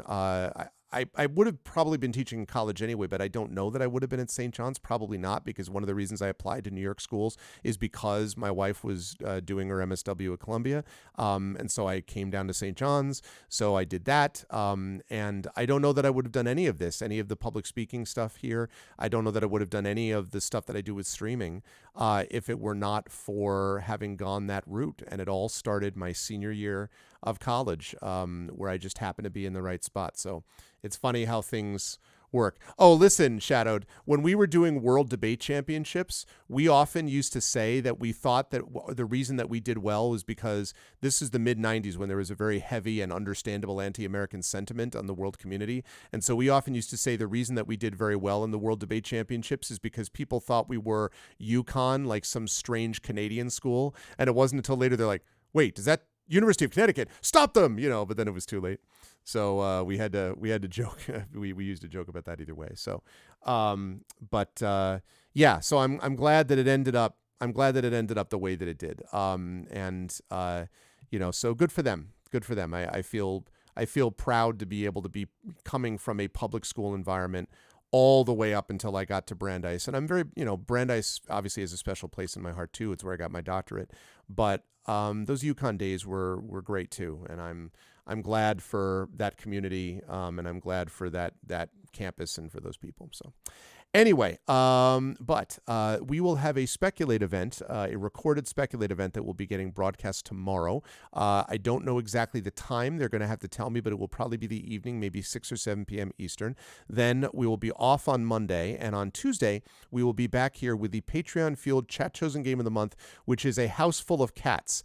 I have no idea what I've gotten myself into, but I will tell all of you that my wife has made an appointment for us to visit a cattery on April 1st. Maybe that's a joke for her anyway, to see whether or not her allergies, because of the shots she's been doing the last 2 years, whether they have taken hold enough that she now can be in that environment and her allergies will be okay. And if that's the case, we will then officially put in for adopting a cat.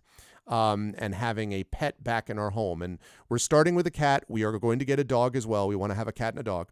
But we're starting with a cat because it'll be easier for my son, because my son's a little nervous around dogs, and we want to start with this. But also B, because it will be easier in terms of portability.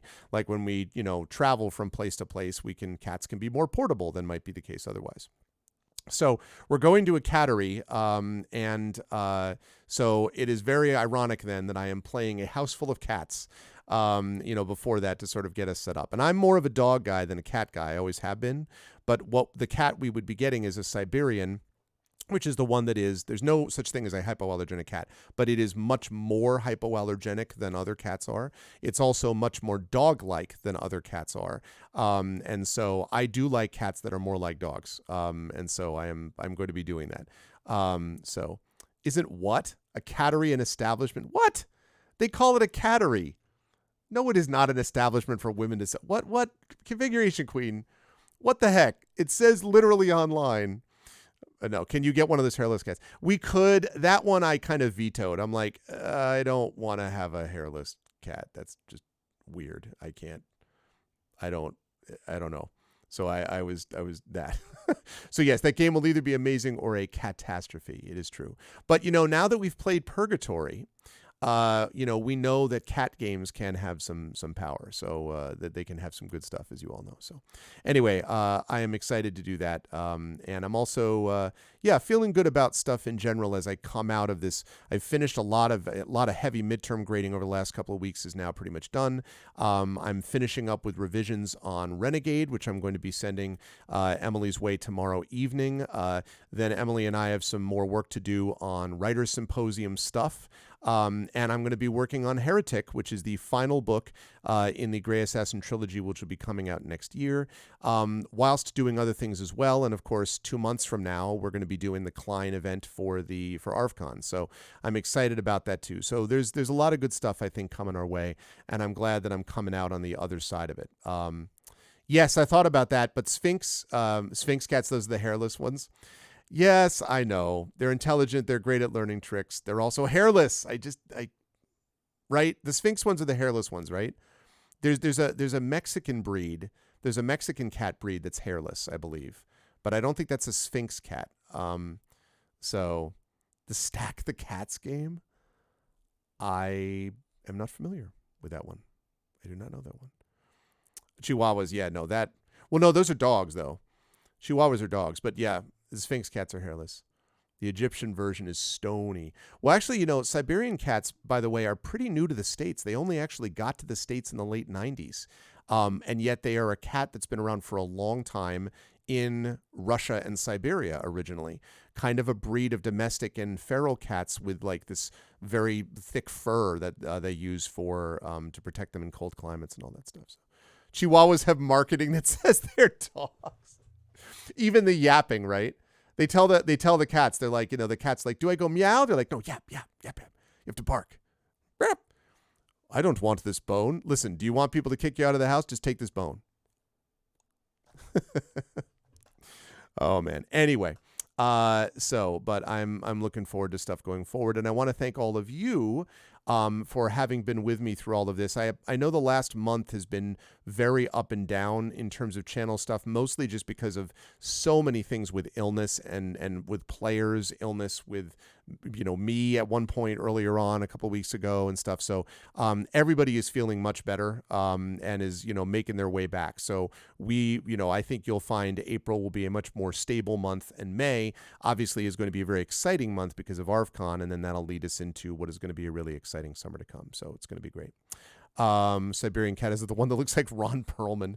I should find, if you do searches for them, there are two cats that often get confused for each other. One of them is a Maine Coon, and one of them is a Siberian cat. But they are native to snowy Russia, and they actually have a triple cat. And surprisingly, although you have to brush them, they don't actually, and so you have to make sure you're on top of them because of the shedding, but they don't actually have difficult coats to brush because their coats are designed in such a way that they don't really knot, because they evolved in the wilderness where they had to basically run through branches and woods and all this stuff, and they needed to grow these coats which would both be thick enough to protect them against the elements, but also would not easily get matted or anything like that. So they actually do like fewer hairballs, and it's a really kind of cool breed, honestly. And I will show you, let me show you a picture of one of these. Here, I'll window capture this.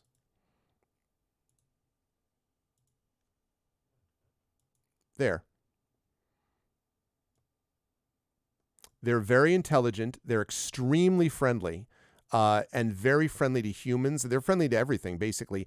And they get along exceedingly well with other animals. They get along well with dogs. They get along well with other cats. Again, you have to be careful with individuals, obviously, but as a breed overall, that's the way that they look. So, yeah, they're very smart. And also they like water. I forgot to mention that too. They actually like baths. So, it's going to be a different experience for us, but we really want our son to try to grow up with an animal. My daughter grew up until she was 7, and then my dog Lilo passed away. And we needed some time after that experience because Lilo had a lot of medical things and my wife with her allergies. And now that my wife started doing the allergy shot thing over the last couple of years, she's had a couple of things where she's been exposed to lots of dogs and cats. Cats are much worse for her than dogs, but that's gotten much better for her. And so our hope is that if that holds up in this trip, then we can actually put in for it. And we have a house now that's a good size for it and that's reasonable. So I'm happy about that. You just started yours last month. She says her I remember I don't have allergies, so I don't have this problem. I'm thankful because I see what my wife has to go through. Her allergies, I think, have improved considerably.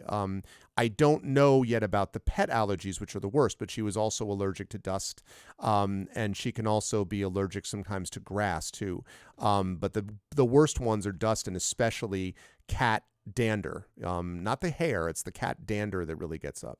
And so it's good for that. Also, exactly, Configuration Queen, study after study after study has shown that people that are exposed to animals growing up tend to be much more empathetic and kinder to people, not just animals, as they get older because of having another being that's there with them. And I think, my son, as I said, is a little nervous around dogs, and dogs are kind of a higher, it's not that, of course, you have to take care of cats, but they can be a little more independent than dogs can be. And so, again, our goal in the end, we're not going to have a menagerie. We're not going to get a goat.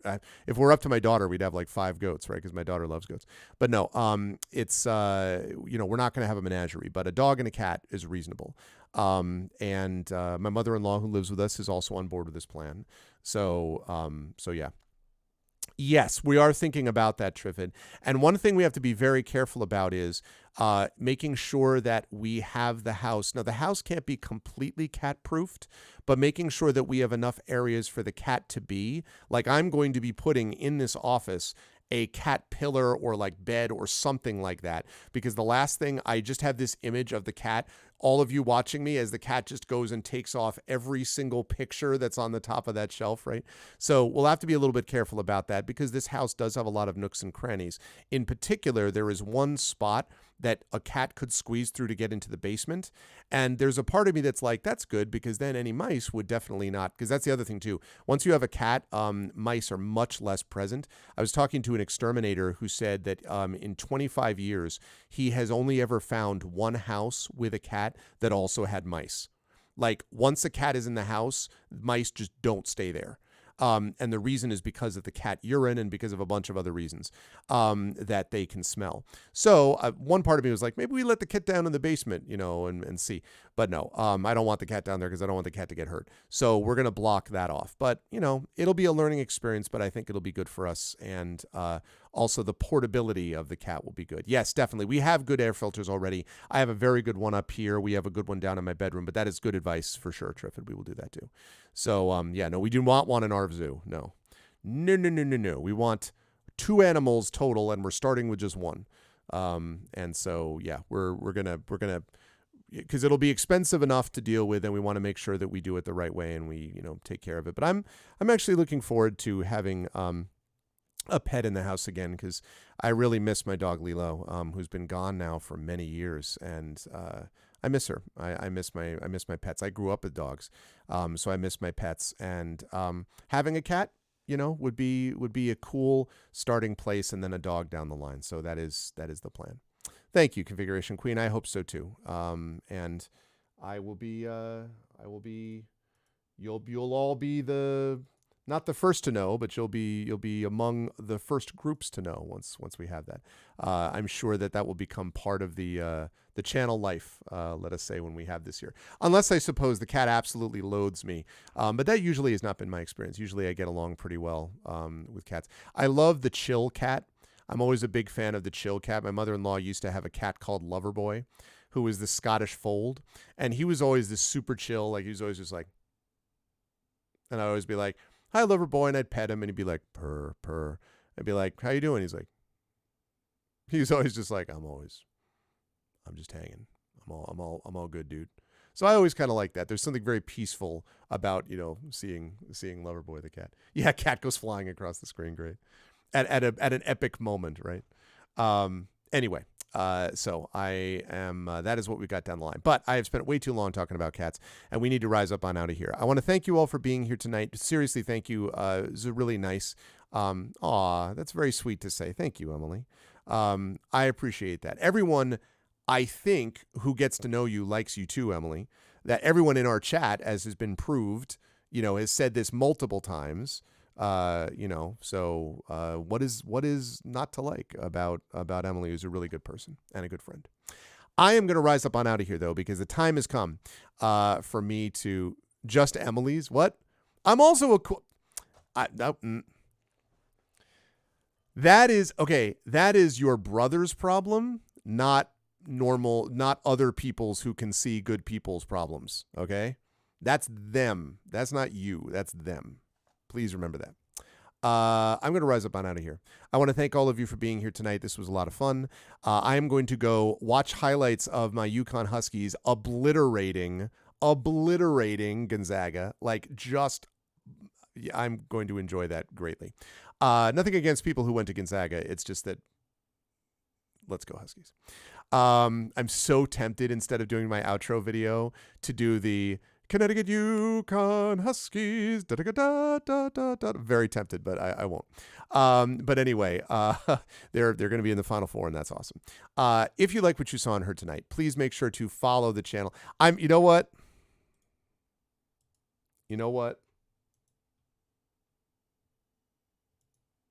I'm going to play for you all the best fight song that exists.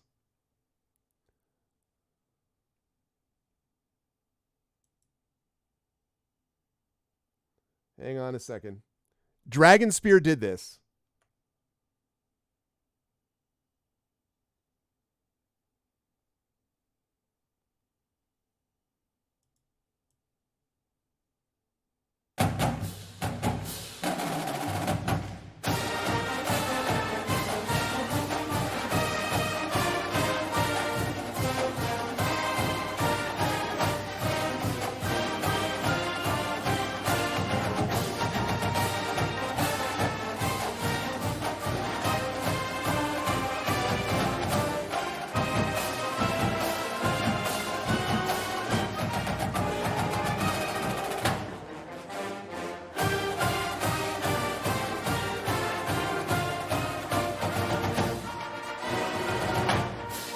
Oh, you'll hear it in a second, Wispy.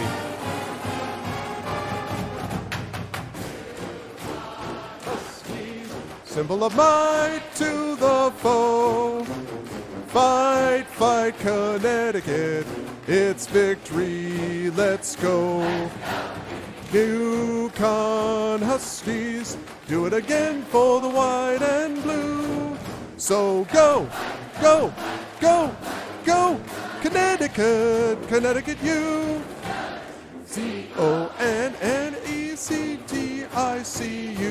Connecticut, Connecticut Huskies, Connecticut Huskies, Connecticut CONNU. Let's go, trumpets!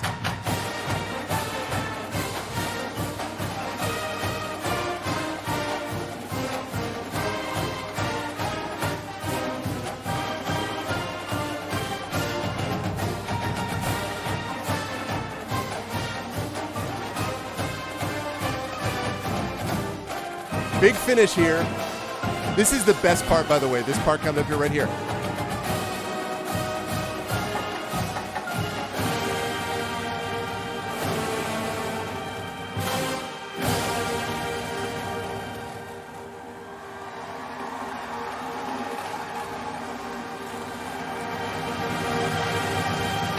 Let's go. That's how you do a fight song. Get the hell out of there with your Notre Dame stuff. That thing at the end with the low brass, where, like, seriously, I've been in the room. I've been in the Hartford Civic Center when the place was so loud, it literally was rumbling under your feet. That is a good song, right, Triffid? Like the end of it where it's like, da, da, da, da, da, ba, ba, ba, ba. And you should see the band. Their pep band got so pumped up that they literally, after winning games, go out in the hallways of where the arena is and like get the fans fired up, and they're like doing the whole thing. It's awesome. Like, just freaking sick. Oh, I love it. I really like that. That just, and I think it's a genuinely good fight song, like a really good one. So good for Connecticut. They came up with a good one. So anyway, you did that, Dragon. That's your fault. I saw other ones though, Triffid. I saw the one about Carolina victory with the score you will be ahead. There are other good ones, and like Notre Dame, which is like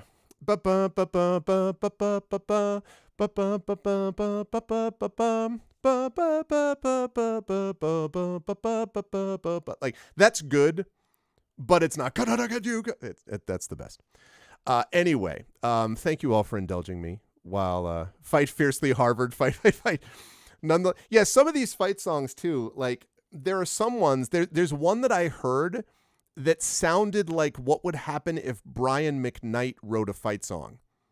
So it was basically just like this. The fight song was just like, you can win, you can fly, you can make this. I'm like, I don't even remember the school, but I was like, is this going to get people, like, can you imagine getting fired up by hearing one, make it one or two? Like, I don't, this doesn't quite sync up in my head. I don't know. Anyway, I got to get going. Y'all kept me on here talking way too long about fight songs. Yeah, exactly. Dragon Spear. But anyway, I was very excited about this. Believe it or not. Believe it or not, I'm walking on air. Underrated series. Very underrated series, Greatest American Hero. Anyway, that's going to do it for me. I want to thank you all for being here. If you like what you saw and heard, please follow the channel. Check out the YouTube with !ArvTube. Please sub to me over there. Discord, !ArvCord. If you love this community as much as I do, come join us. Please join us over on Discord and hang out with us in between streams. We are a wonderful bunch of people. The Arvanauts are amazing. I can say my community is the best, as I have said many times. !ArvCord. Oh, and then !ArvTweets for my Twitter. You can always follow me there, and I will always post when I'm going live. I may or may not post something about how awesome the Huskies are. That may happen. Website for this, arvanellaron.com. Financially, !ArvTrayon. That's funny, Drew. This is how we win games. This is how we win games. !ArvTrayon is the Patreon that makes it possible for me to do stuff like get the video that you were about to see and hear, and also, of course, the character stuff for them as well. !ArvTrayon for that.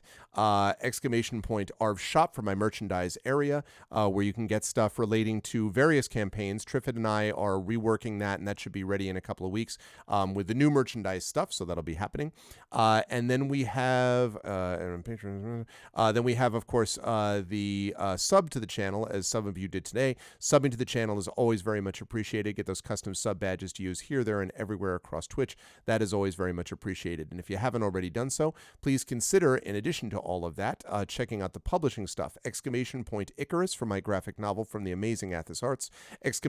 Library, Tales and Tomes, The Forbidden Library, my 5e adventure and sourcebook from the amazing Alligator Alley Entertainment. And Greyshade, which is my Greyshade novel from, again, the amazing Athos Arts. That is the first novel of the Grey Assassin trilogy, which came out last year.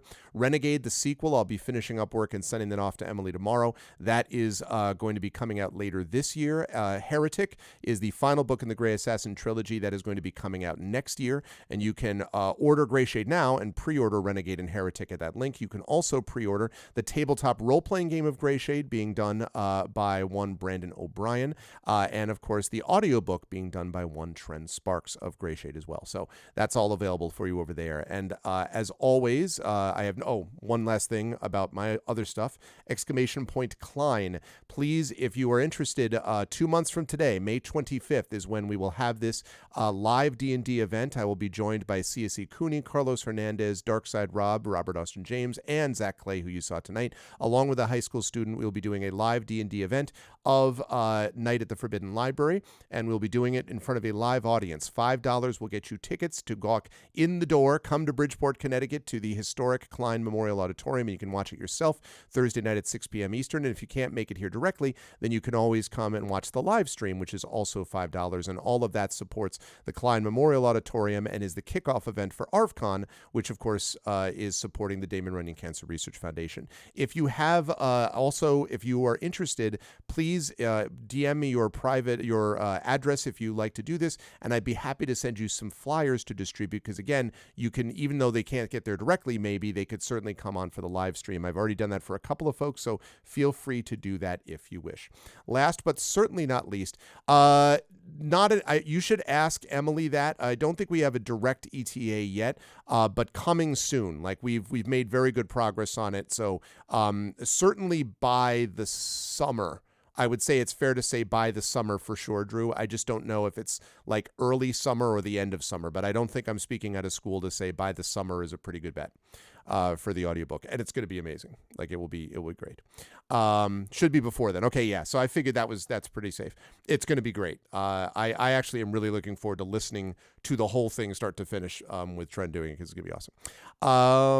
So last but certainly not least, exclamation point BLM, Black Lives Matter, important to affirm and assert the significance and importance of Black lives. Exclamation point Help Now, the World Health Organization page on suicide prevention. Very important to reach out to others when you need help and reach out to others when they need help as well. And exclamation point Ukraine, UKRAINE, to help the fine people of Ukraine as they fight back against an illegal and illegitimate war with bravery and courage. This is our chance to send a message not only that will help them in this effort as they try to recover from this devastation, but also that we will do this for others who are in a similar situation in the future. I want to thank my wonderful viewers tonight. First of all, my wonderful mods, Rudinell, Dragonspear, Drew, Emily, Hillness, Prince Justin, Shadowed Mage, Triffity Mats, mods coming out in force tonight. Thank you so much for being amazing, awesome people and the best mods in the business. Thank you as well to my Patreon supporters and subscribers, Rudinell, Dragonspear, Drew, Emily, Hillness, Prince Justin, Shadowed, Triffid, Wispy Song, Configuration Queen. Thank you so much. And thank you to my wonderful viewers. Thank you to Abjui, to Ava Semaphore. Thank you to Ball 857. Thank you to Cat Rambo. Thank you to Elizabeth, to Jagtris, Mrs. Dunsel. Thank you to Video Store Cowboy. Also, thanks to some of the new folks who jumped on board to follow today. And a special thanks today to both Alligator Alley Entertainment, which is, of course, the manufacturer of Tales and Tomes from the Forbidden Library, the publisher of that. They are the publisher as well of the upcoming Greyshade TTRPG, and they are the sponsor of Expedition from the Mysterious Peaks that you watched tonight. And special thanks to my wonderful players. Thank you to Toya Kristen Finley, who we will have back next month. And thank you to Johnny Pittman, to Cat Rambo, and to Zach Clay. Great stuff from all of you. I will see you lovely folks back here Sunday for some Speculate recording stuff. And now I'm going to go and cheer and watch the replay and enjoy myself thoroughly as I watch UConn's dismantling of the team that they were facing. Thanks, everyone. Much love to all of you folks. And as I always say, everyone, please be good to each other. Talk to you all soon. Bye for now.